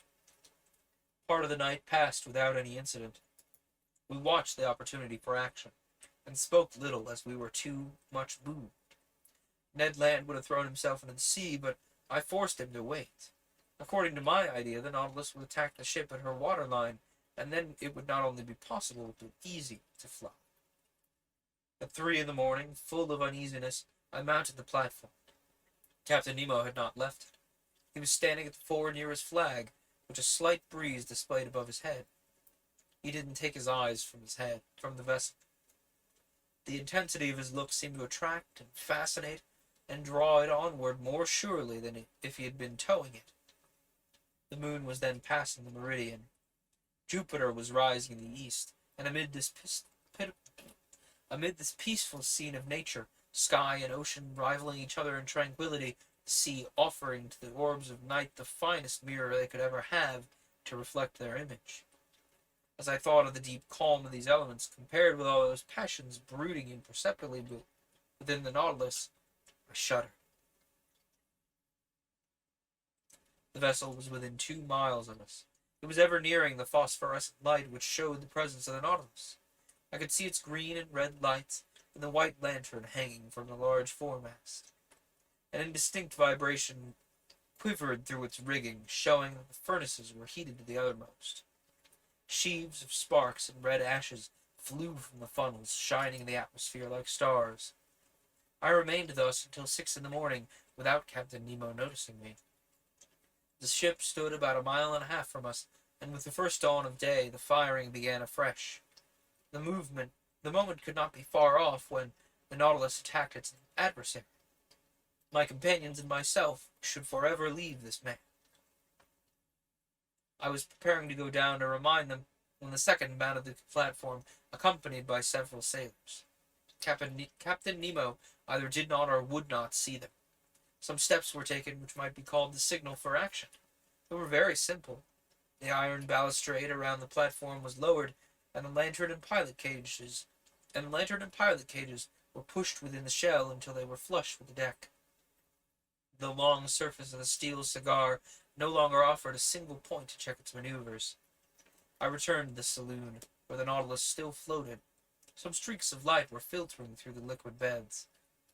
With the undulations of waves, the windows were brightened by the red streaks of the rising sun, and this dreadful day of the 2nd of June at dawn. At 5 o'clock the log showed the speed of the Nautilus was slackening, and I knew it was allowing them to draw nearer. Besides, the reports were heard more distinctly, and the projectiles, laboring through the ambient water, were extinguished with strange hissing noises. My friends, the moment has come. One grasp of the hand, and may God protect us. Ned Land was resolute, Conseil calm, and myself so nervous that I knew not how to contain myself. We all passed into the library, but the moment I pushed the door open to the central staircase, I heard the upper panel close sharply. The Canadian rushed onto the stairs, but I stopped him. A well-known hissing noise told me that the water was rushing into the reservoirs. In a few minutes, the Nautilus was some yards beneath the surface of the waves. I understood this maneuver. It was too late to act. The Nautilus didn't wish to strike the impenetrable cuirass, but below the waterline, where the metallic covering no longer protected it. We were again imprisoned, unwilling witnesses of the dreadful drama that was preparing. We had scarcely time to reflect. Taking refuge in my room, we looked at each other without speaking. A deep stupor had taken hold of my mind. Thoughts seemed to stand still. I was in that painful state of expectation preceding a dreadful report. I waited, I listened, every sense was merged in on the hearing. The speed of the Nautilus accelerated, it was preparing to rush. The whole ship trembled. Suddenly I screamed. I felt the shock, but comparatively light. I felt the penetrating power of the steel spur, heard rattlings and scrapings, but the Nautilus, carried along by its propelling power, passed through the mass of the vessel like a needle through sailcloth. I could stand it no longer. Mad, out of my mind, I rushed from my room into the saloon. Captain Nemo was there, mute, gloomy, implacable. He was looking through the port panel. A large mast cast a shadow on the water, and that it might lose nothing of her agony, the Nautilus was going down into the abyss with her. 10 yards from me I saw the open shell, through which the water was rushing with the noise of thunder, then the double line of guns and netting. The bridge was covered with black, agitated shadows. The water was rising. The poor creatures were crowding the rat lines, clinging to the mast, struggling under the water. It was a human ant-heap, overtaken by the sea. Paralyzed, stuffed with anguish, my hair standing on end, my eyes wide open, I panted without breath and without voice. I too was watching. An irresistible attraction glued me to the glass. Suddenly an explosion took place. The compressed air blew up her decks as if the magazines had caught fire. Then the unfortunate vessel sank more rapidly. Her topmast, laden with victims, now appeared, then her spurs, bending under the weight of men, and last of all the top of her mainmast. Then the dark mass disappeared, and with it the dead crew drawn down by the strong eddy. I turned to Captain Nemo. That terrible avenger, a perfect archangel of hatred, was still looking. When all was over, he turned to his room, opened the door, and entered. I followed him with my eyes. On the end wall, beneath his heroes, I saw the portrait of a woman, still young, and 2 little children. Captain Nemo looked at them for some moments, stretched his arm towards them, and kneeling down, burst into deep sobs. Ooh, what a moment to leave for the BRB on. Wow. Let us hope that that was enough vengeance for dear Captain Nemo. It's time for the BRB. If you've been sitting with me, now is a great time to stand up and stretch. If you haven't drank enough water today, now is a great time for it. If you need any medications that you needed a reminder for, count this as your reminder. Uh, pet your beloved animals, like I've been petting Library off to the side here a little bit. I'm gonna get up and stretch and grab some water, maybe make more tea.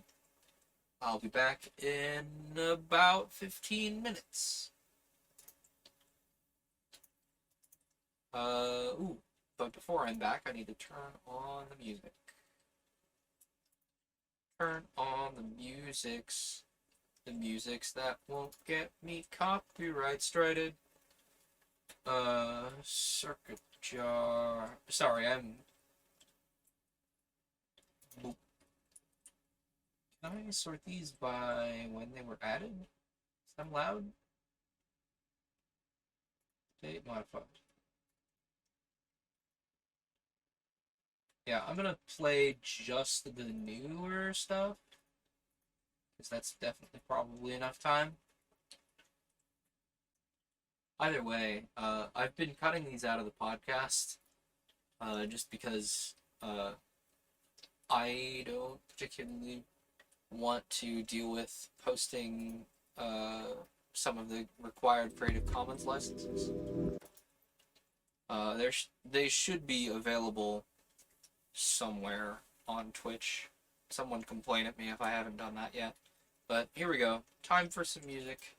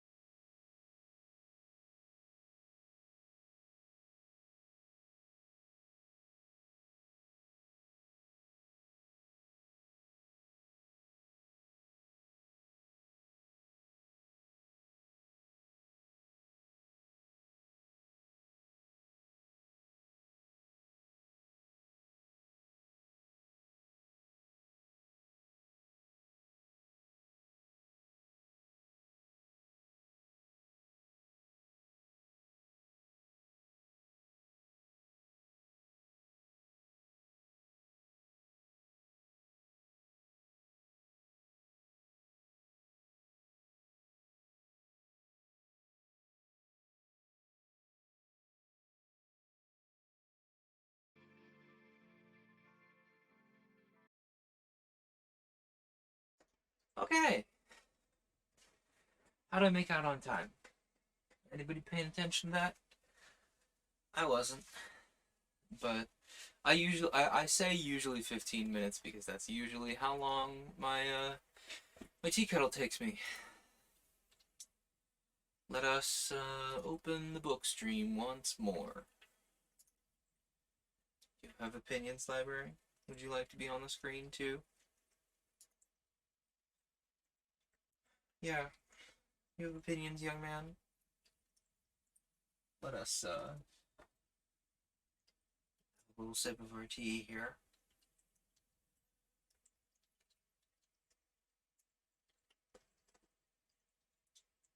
You'll have to excuse my obnoxious sipping. It's a little hot.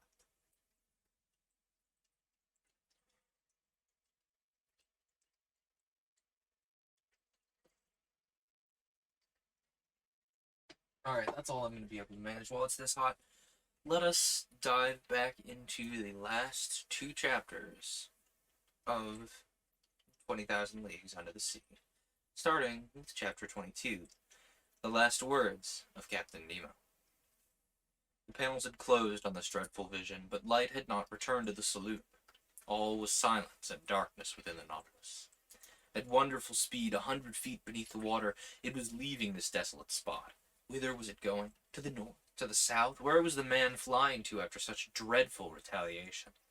I had returned to my room where Ned and Conseil had remained silent enough.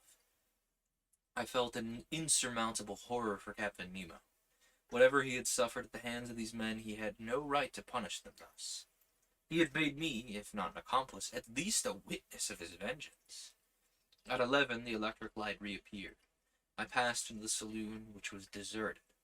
I consulted the different instruments. The Nautilus was flying northward at the rate of 25 miles an hour, now on the surface, and now 30 feet below it. On taking the bearings by the chart, I saw that we were passing the mouth of the Manch, and that our course was hurrying us toward the northern seas at a frightful speed. That night we had crossed 200 leagues of the Atlantic. The shadows fell, and the sea was covered with darkness until the rising of the moon. I went to my room but could not sleep. I was troubled with dreadful nightmare. The horrible scene of destruction was continually before my eyes. From that day, who could tell into what part of the North Atlantic basin the Nautilus would take us? Still with unaccountable speed, still in the midst of these northern fogs, would it touch at Spitzbergen or on the shores of Nova Zembla? Should we explore those unknown seas, the White Sea, the Sea of Kara, the Gulf of Obi, the archipelago of Liarov, and the unknown coast of Asia? I couldn't say. I could no longer judge the time that was passing. The clocks had been stopped on board. It seemed, as in polar countries, that night and day no longer followed their regular course. I felt myself being drawn into that strange region where the foundered imagination of Edgar Poe roamed at will.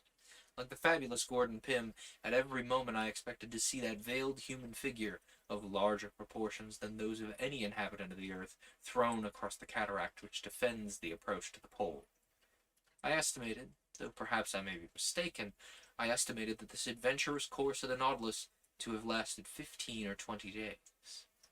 And I know not how much longer it might have lasted, had it not been for the catastrophe which ended this voyage. Of Captain Nemo, I saw nothing whatever now, nor of his second. Not a man of the crew was visible for an instant. The Nautilus was almost incessantly under water. When we came to the surface to renew the air, the panels opened and shut mechanically. There were no more marks on the planisphere. I knew not where we were. And the Canadian, too, his strength and patience at an end, appeared no more. Conseil could not draw a word from him, and fearing that in a dreadful fit of madness he might end himself, watched him with constant devotion. One morning, what date it was I couldn't say, I'd fallen into a heavy sleep toward the early hours, a sleep both painful and unhealthy, when I suddenly awoke.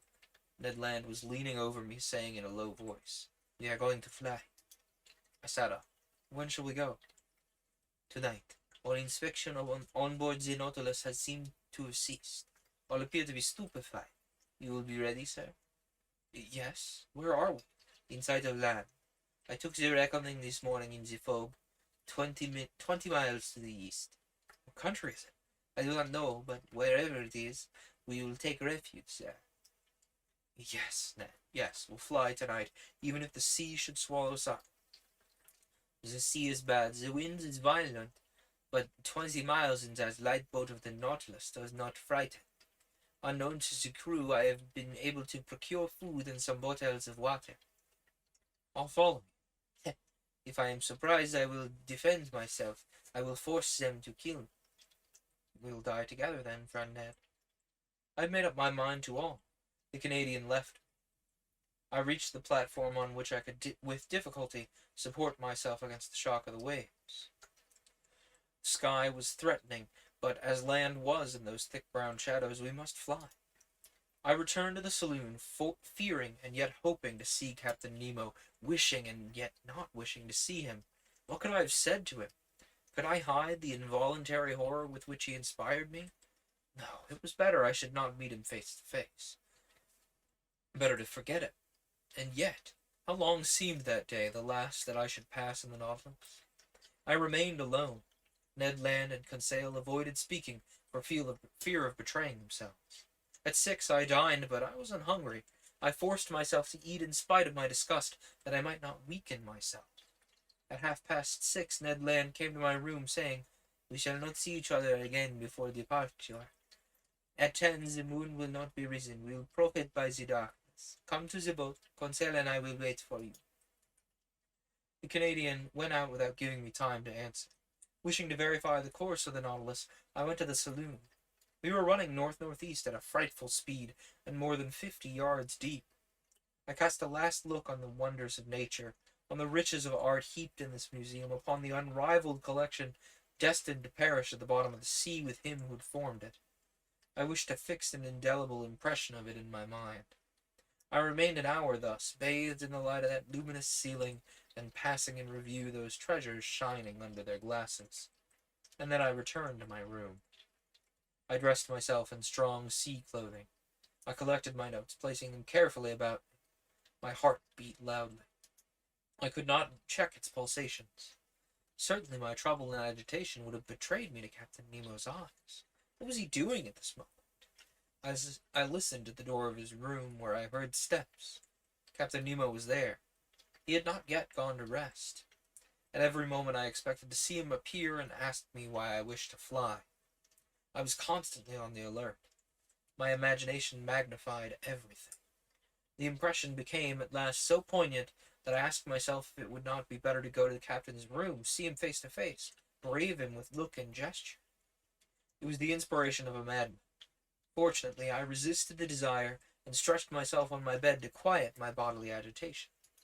My nerves were somewhat calmer, but in my excited brain I saw over again all my existence on board the Nautilus. Every incident, whether happy or unfortunate, which had happened since my disappearance from the Abraham Lincoln.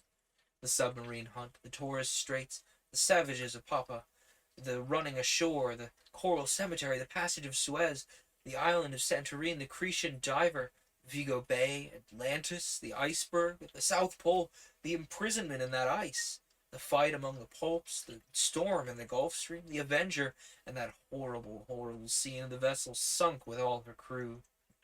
All these events passed before my eyes like scenes in a drama, and Captain Nemo seemed to grow enormously, his features to assume superhuman proportions. He was no longer my equal, but a man of the waters, the genie of the sea.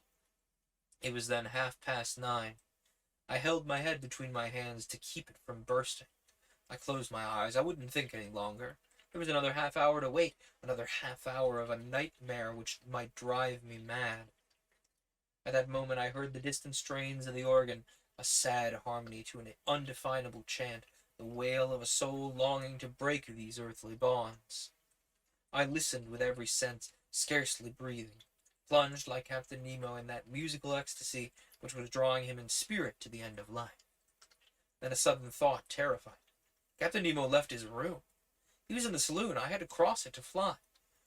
There I should meet him for the last time. He would see me, perhaps speak to me. A gesture of his might destroy me. A single word chained me on board. But 10 was about to strike. The moment had come for me to leave my room and join my companions. I must not hesitate, even if Captain Nemo himself should rise before me. I opened my door carefully, and even then, as it turned on its hinges, it seemed to me to make a dreadful noise. But perhaps that only existed in my own imagination. I crept along the dark stairs of the Nautilus, stopping at each step to check the beating of my heart. I reached the door of the saloon and opened it gently. It was plunged in profound darkness. The strains of the organ sounded faintly. Captain Nemo was there, but he didn't see me. In the full light, I don't think he would have noticed me, so entirely was he absorbed in the ecstasy. I crept along the carpet, avoiding the slightest sound which might betray my presence. I was at least 5 minutes reaching the door at the opposite side, opening into the library. I was going to open it when a sigh from Captain Nemo nailed me to the spot. I knew that he was rising. I could even see him, for the light from the library came through to the saloon. He came toward me silently, with his arms crossed, gliding like a spectre rather than walking. His breast was swelling with sobs, and I heard him murmur these words, the last which ever struck my ear. Almighty God, enough, enough. Was it a confession of remorse which escaped from the man's conscience? In desperation, I rushed through the library, mounted the central staircase, and following the upper flight, reached the boat. I crept through the opening which had already admitted my two companions. Let us go! Let us go! I exclaimed. Directly, replied the Canadian. The orifice in the plates of the Nautilus was at first closed and fastened down by means of a false key with which Ned Land had provided himself. The opening in the boat was also closed. The Canadian began to loosen the bolts which still held us to the submarine boat. Suddenly a noise was heard. Voices were answering each other loudly. What was the matter? Had they discovered our flight? I felt Ned Land slipping a dagger into my hand. Yes, we know how to die. The Canadian had stopped in his work, but one word many times repeated, a dreadful word, revealed the cause of the agitation spreading on board the Nautilus. It was not us that the crew was looking after. The maelstrom! The maelstrom! Could a more dreadful word and a more dreadful situation have sounded in our ears?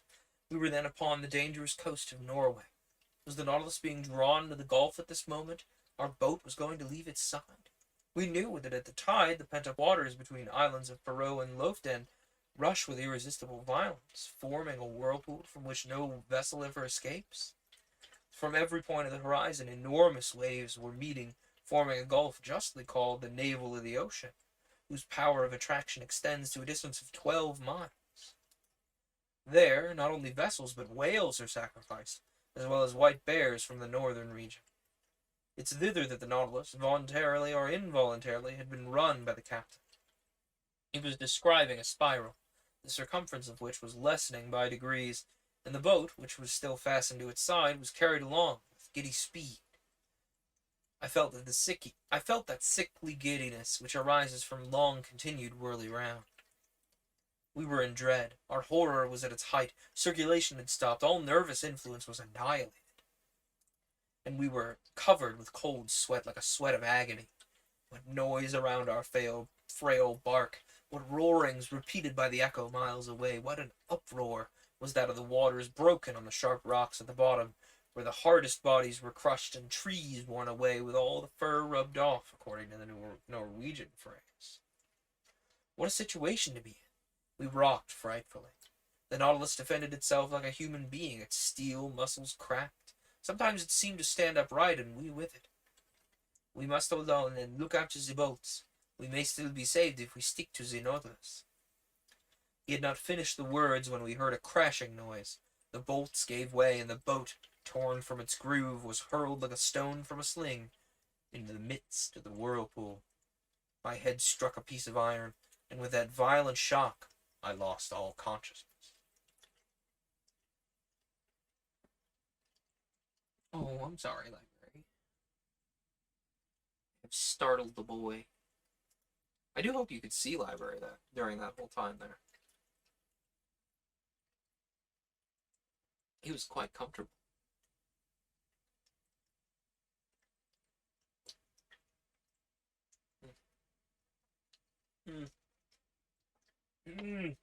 That's still a little too hot to drink. Okay. Let us conclude our book with Chapter 23, Conclusion.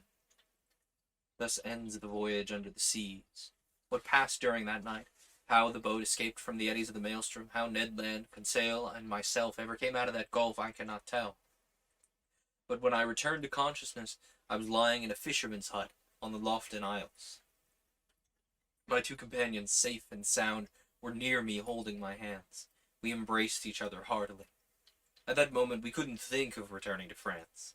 The means of communication between the north of Norway and the south are rare, and am therefore obliged to wait for the steamboat that ran monthly from Cape North. And so, among the worthy people who so kindly received us, I revised my record of these adventures once more. Not a fact has been omitted, not a detail exaggerated. It's a faithful narrative of this incredible expedition in an element inaccessible to man, but to which progress will one day open a road. Shall I be believed? I don't know. And it matters little after all. What I now affirm is that I have a right to speak of these seas, under which in less than 10 months I have crossed 20,000 leagues, in that submarine tour of the world which has revealed so many wonders. But what became of the Nautilus? Did it resist the pressure of that maelstrom? Does Captain Nemo still live? Does he follow the ocean under those frightful retaliations? Or did he stop after the last hecatomb? Library. Apologies, Library was eating some plastic, which he is expressly disallowed from doing. Where was I? Hecatomb, yes. Will the waves one day carry to him this manuscript containing the history of his life? Shall I ever know the name of this man? Will the missing vessel tell us by its nationality that of Captain Nemo? I hope so. But I also hope that this powerful vessel has conquered the sea at its most terrible gulf, that the Nautilus has survived where so many other vessels have been lost. If it be so, if Captain Nemo still inhabits the ocean, his adopted country, may hatred be appeased in that savage heart. May the contemplation of so many wonders extinguish forever the spirit of vengeance. May the judge disappear and the philosopher continue the peaceful exploration of the sea. If his destiny be strange, it is also sublime. Have I not understood it myself? Have I not lived 10 months of this unnatural life? And to the question asked by Ecclesiastes 3,000 years ago, that which is far off and exceeding deep, who can find it out? 2 men alone of all now living have the right to give an answer, Captain Nemo and myself. Alright, the rest of the book here is just boilerplate stuff from Project Gutenberg. It suggests that the file should be named a specific thing. Here's a link to the book. I've been putting it in the show notes for the podcast. It should be in the descriptions of the YouTube videos when those go up, which I'm working on. Don't worry. I want to have everything edited and just kind of dump them all at once. Yeah, updated editions will. Yeah, old editions will be renamed. Creating this. Ah, that's fun.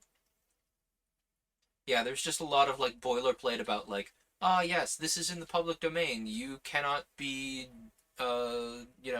assuming copyright of this particular version of this thing.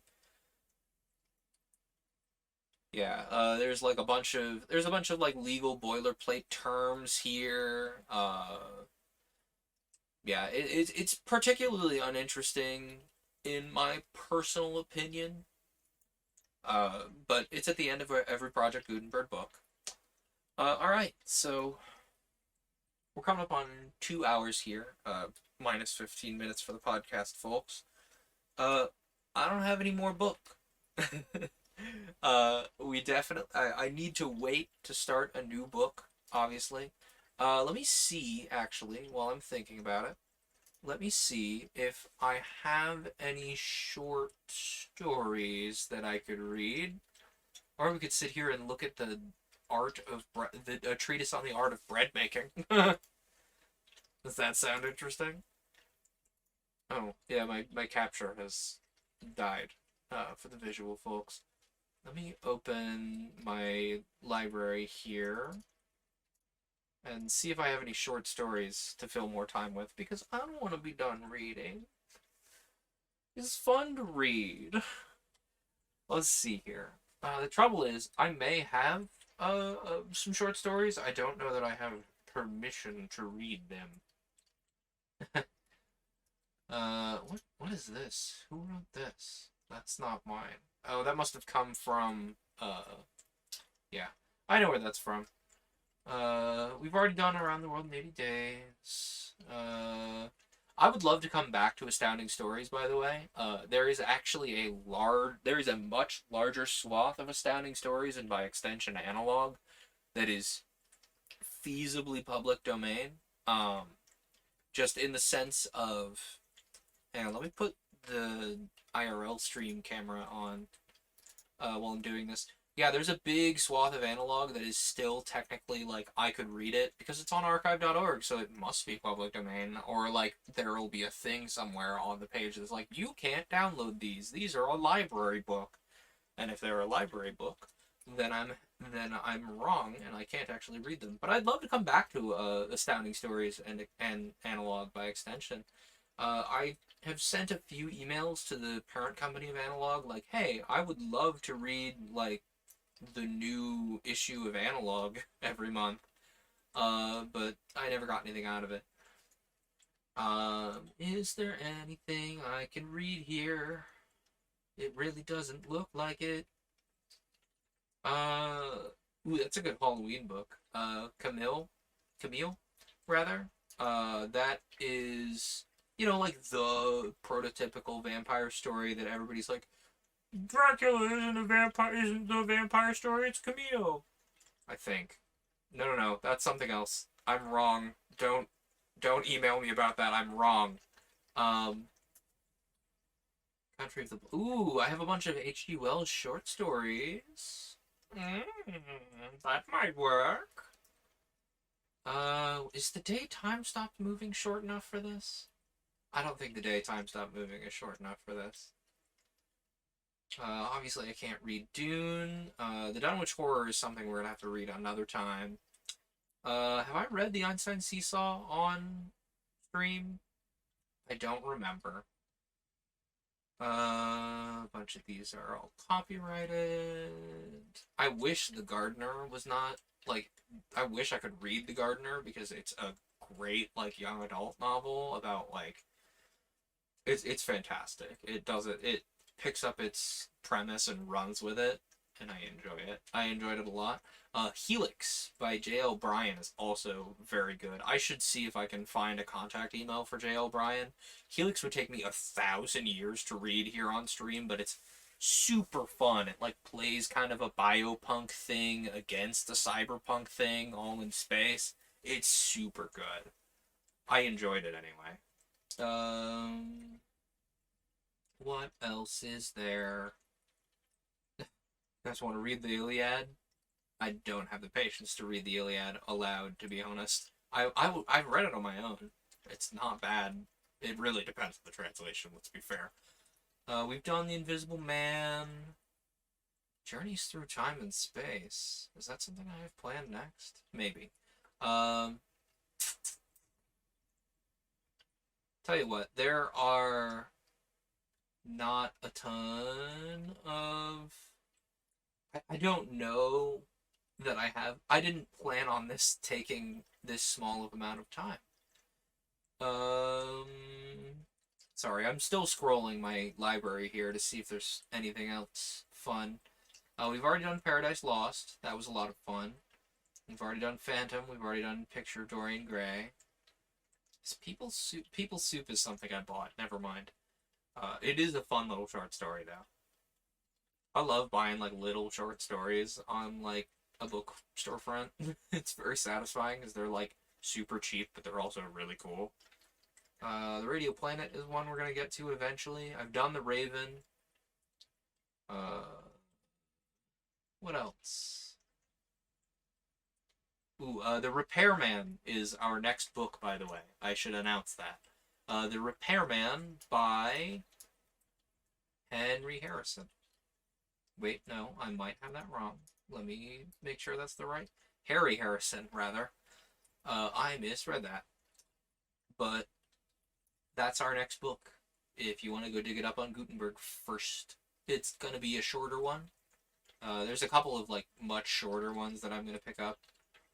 But I wanted to start that on my own time. What probably have 2 copies of that. Sorry, I'm looking through, like, I built this library by producing copies of my Kindle books, dubiously legally. So, shh, don't tell the internet. Uh, we've already done Dr. Jekyll and Mr. Hyde. That was a good one. There's a lot of details about Dr. Jekyll and Mr. Hyde, like, that they don't do in modern stuff, and I like it. I like the original a lot. Have we done Through the Looking Glass? I feel like we did an Alice story. I don't remember if we did Through the Looking Glass or In Wonderland. I've always kind of preferred Through the Looking Glass, to be honest. It kind of gets a little more esoteric because not a lot of things have adapted it. You know, it plays like a chessboard motif, and it's fun. Uh, we've definitely done The Time Machine. I wish I could read some of the stuff from, there's like a little science fiction short story anthology that's titled To Steal an Angel. It's really good, and I wish I could read some of the short stories from it because they have stuck with me in a major way. Um, we did War of the Worlds. That was a lot of fun. Have we done Week on Square Roots? I don't think we've done Week on Square Roots. The thing about Week on Square Roots is I found Week on Square Roots by listening to Dimension X. There's a bunch of these that, like, I heard them on Dimension X, and I'm like, I want to read this. You know what would be a good one? How long is There Will Come Soft Rains? Can I find that fast enough for it to matter? We'll find out. Ooh, I do want to read Wonderful Wizard of Oz at some point. I've never read the original, and it sounds fascinating. Let's see if I can find There Will Come Soft Rains quickly. Uh, There Will Come Soft Rains ebook. Because, like, that has to be old enough to be in the public domain, right? When was There Will Come Soft Rains published? I should check that before I read it on stream, large brain. See, if I'd have known we would have had the better part of 2 more hours here, I would have had a short story prepped. But I did not. Is There Will Come Soft Rains public domain? No, I don't want to Google Pulp again. Is There Will Come Soft Rains public domain? Because, like, Dimension X is public domain, and it read There Will Come Soft Rains by Sarah Teasdale. Wait, what do you mean There Will Come Soft Rains is... No. Ugh. It's getting confused. I'm thinking of Ray Bradbury's There Will Come Soft Rains. This is Google is telling me things about There Will Come Soft Rains, like a short poem by a different author. First published in 1950, about in 2 different versions in 2 different publications, a 1-page in Collier's magazine and a chapter of the fix-up novel The Martian Chronicles. The other regarded it as the one story that represents the essence of Ray Bradbury. But is it public domain, though? Publishing history. Okay. It's definitely been republished several times, so I'm going to assume that means it remains in, actually, wait a minute. Wait a minute. There are several, like, freely floating around the internet PDFs of this. But it's been republished.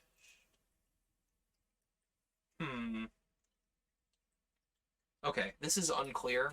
As much as I'd love to read There Will Come Soft Rains, this is entirely unclear whether I am allowed to or not. Adaptations? Yeah. An adaptation was broadcast on June 17th, 1950 as the 11th episode of Dimension X, a science fiction radio program. And it was then also redone on X-1, 6 years later. Like, you know what? Let's talk shop a little bit. So The United Storytellers Guild has been uh, talking about things that we can do as a group. And one of the things that I ran by the group, and I'm obviously very interested in, and I hope there's enough other people that are interested in it, is to kind of lean into that radio play vibe that was going on around Christmas when they did Christmas Carol, which I really liked that, by the way, and I wish I could have joined you all. Uh, I would love to find some like scripts or, you know, transcribe some scripts myself to do like some Dimension X plots. You know, they're very competently done radio adaptations of very popular science fiction stories. If I can't find any scripts online, I will sit down and transcribe them myself at the cost of my poor wrists. But that's something that's coming up with the that's potentially coming up with the USG. That sounds fun. I didn't get in on this month's book club because things have been chaotic over here, but next month maybe, next month hopefully, if we're doing it again around the 26th of March, I'm super in. But don't tell anybody I told you guys that. It's a secret. Well, it's been in the secret part of the Discord, so shush. But hopefully I can hop in on some more of those book clubs. I'm very interested in some group projects because otherwise we're just kind of like pointing at each other like, look at these other people who read, you know? Like I said, I would love to find some Dimension X or X-1 transcripts, you know? Yeah, like I said, we're coming up on the next book next week, The Repairman, which that I will need to check how short that is because it says it's titled as a short story, so I'll need to check how short that is. Um, if it is a little too short, I will pick up another short story to go with it. I've been poking around. I've got the next 2 or 3 books planned. Uh, point. Yes, correct, Kariki. Point. There's a little window thing down there that should have all of the USG in it. I need to double check that all those links are updated because I have to update those manually because none of us have enough Twitch clout to be able to build a team. Uh, one of us eventually. Honestly, probably Carrington first. He seems like he's really got his wheels on. And he's heading for partner real quickly.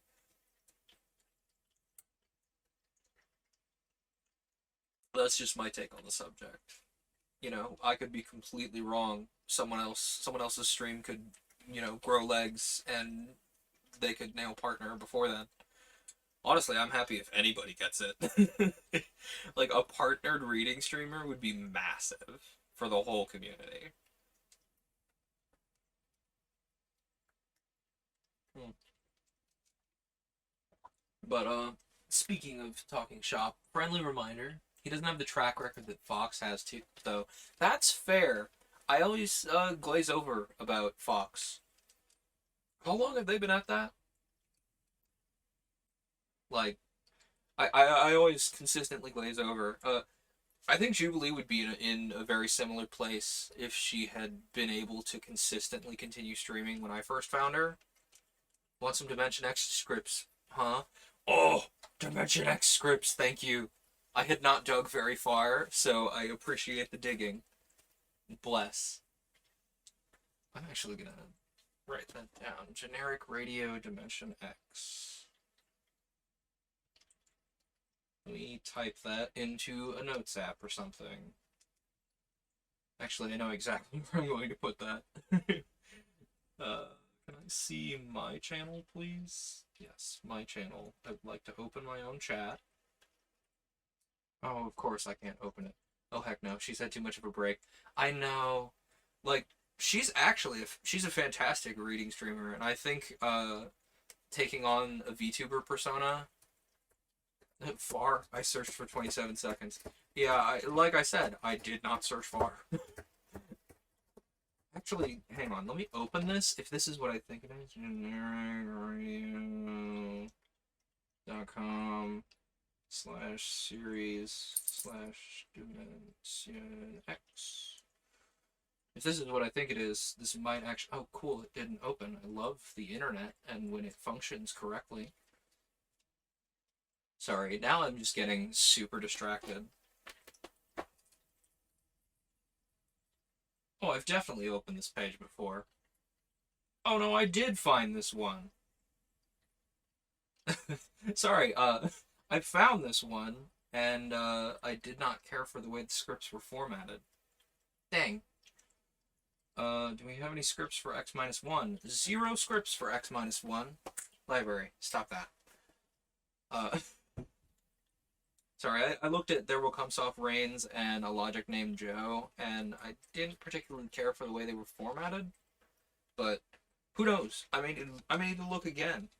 Either way, you know, I would love to dig up more options than just the 1, 2, 3, 4, 5, 6, 7, 8 that are there.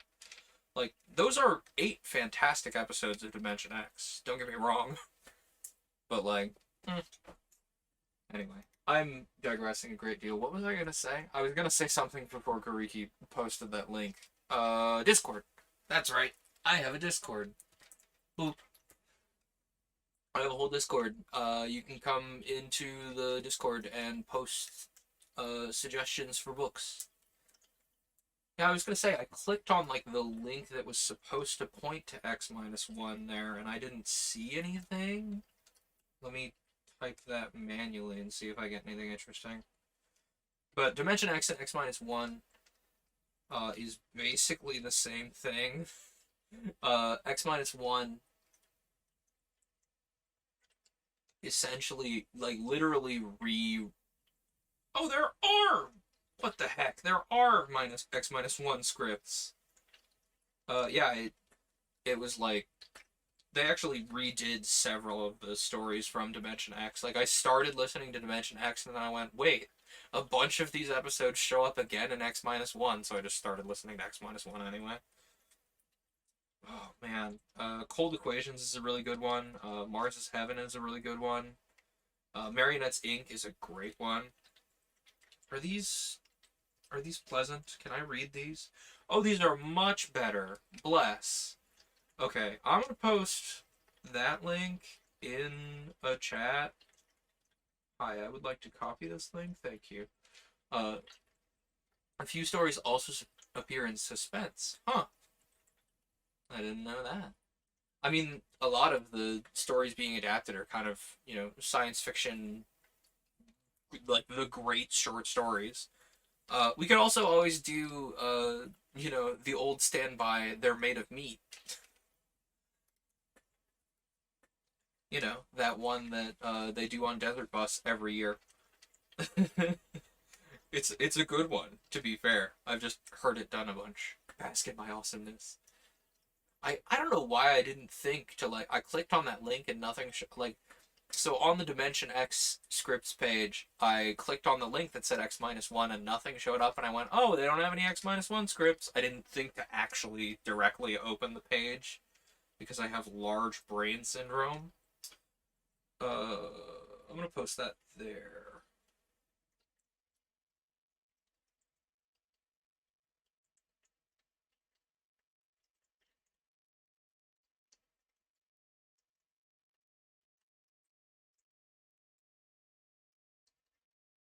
Ooh.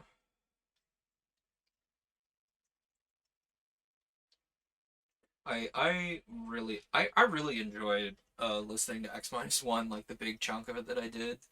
It's just like, it is the stereotypical, like, oh man, I can't miss my program type thing. You know, how, like, George McFly's like, man, I can't miss science theater. Like, this is the thing I picture when he's like, I can't miss science theater. Yeah, that's what X minus 1 is. People who've been kicking around a long time will recognize X minus 1. I, for a good while, was like, I'm gonna listen to X minus 1 and play Minecraft. And that was actually a lot of fun. I might start doing it again. What else? Oh yeah, I've been doing tabletop streams on Monday nights. I've been having a lot of fun with those. Uh, It's all been solo tabletop stuff, but I've been looking to see if I can get some one-shot groups together because I have a bunch of tiny, tiny RPGs that are like 1 or 2 pages long that are perfect for one-shots and would go swimmingly if everybody could fit in that Monday time slot. But I can also find an endless volume of those solo tabletop RPGs. I already have many of them planned coming forward. Yeah, that's been a lot of fun. Just kind of monologuing and improvising a story at the screen instead of reading one. It's been a lot of fun.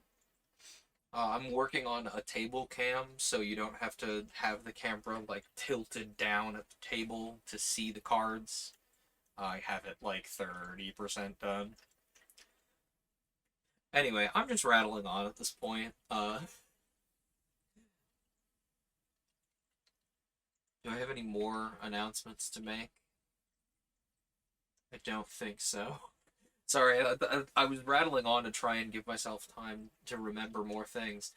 Yeah, I think that's about it for tonight. This has been Paper Cuts, and I hope it didn't sting.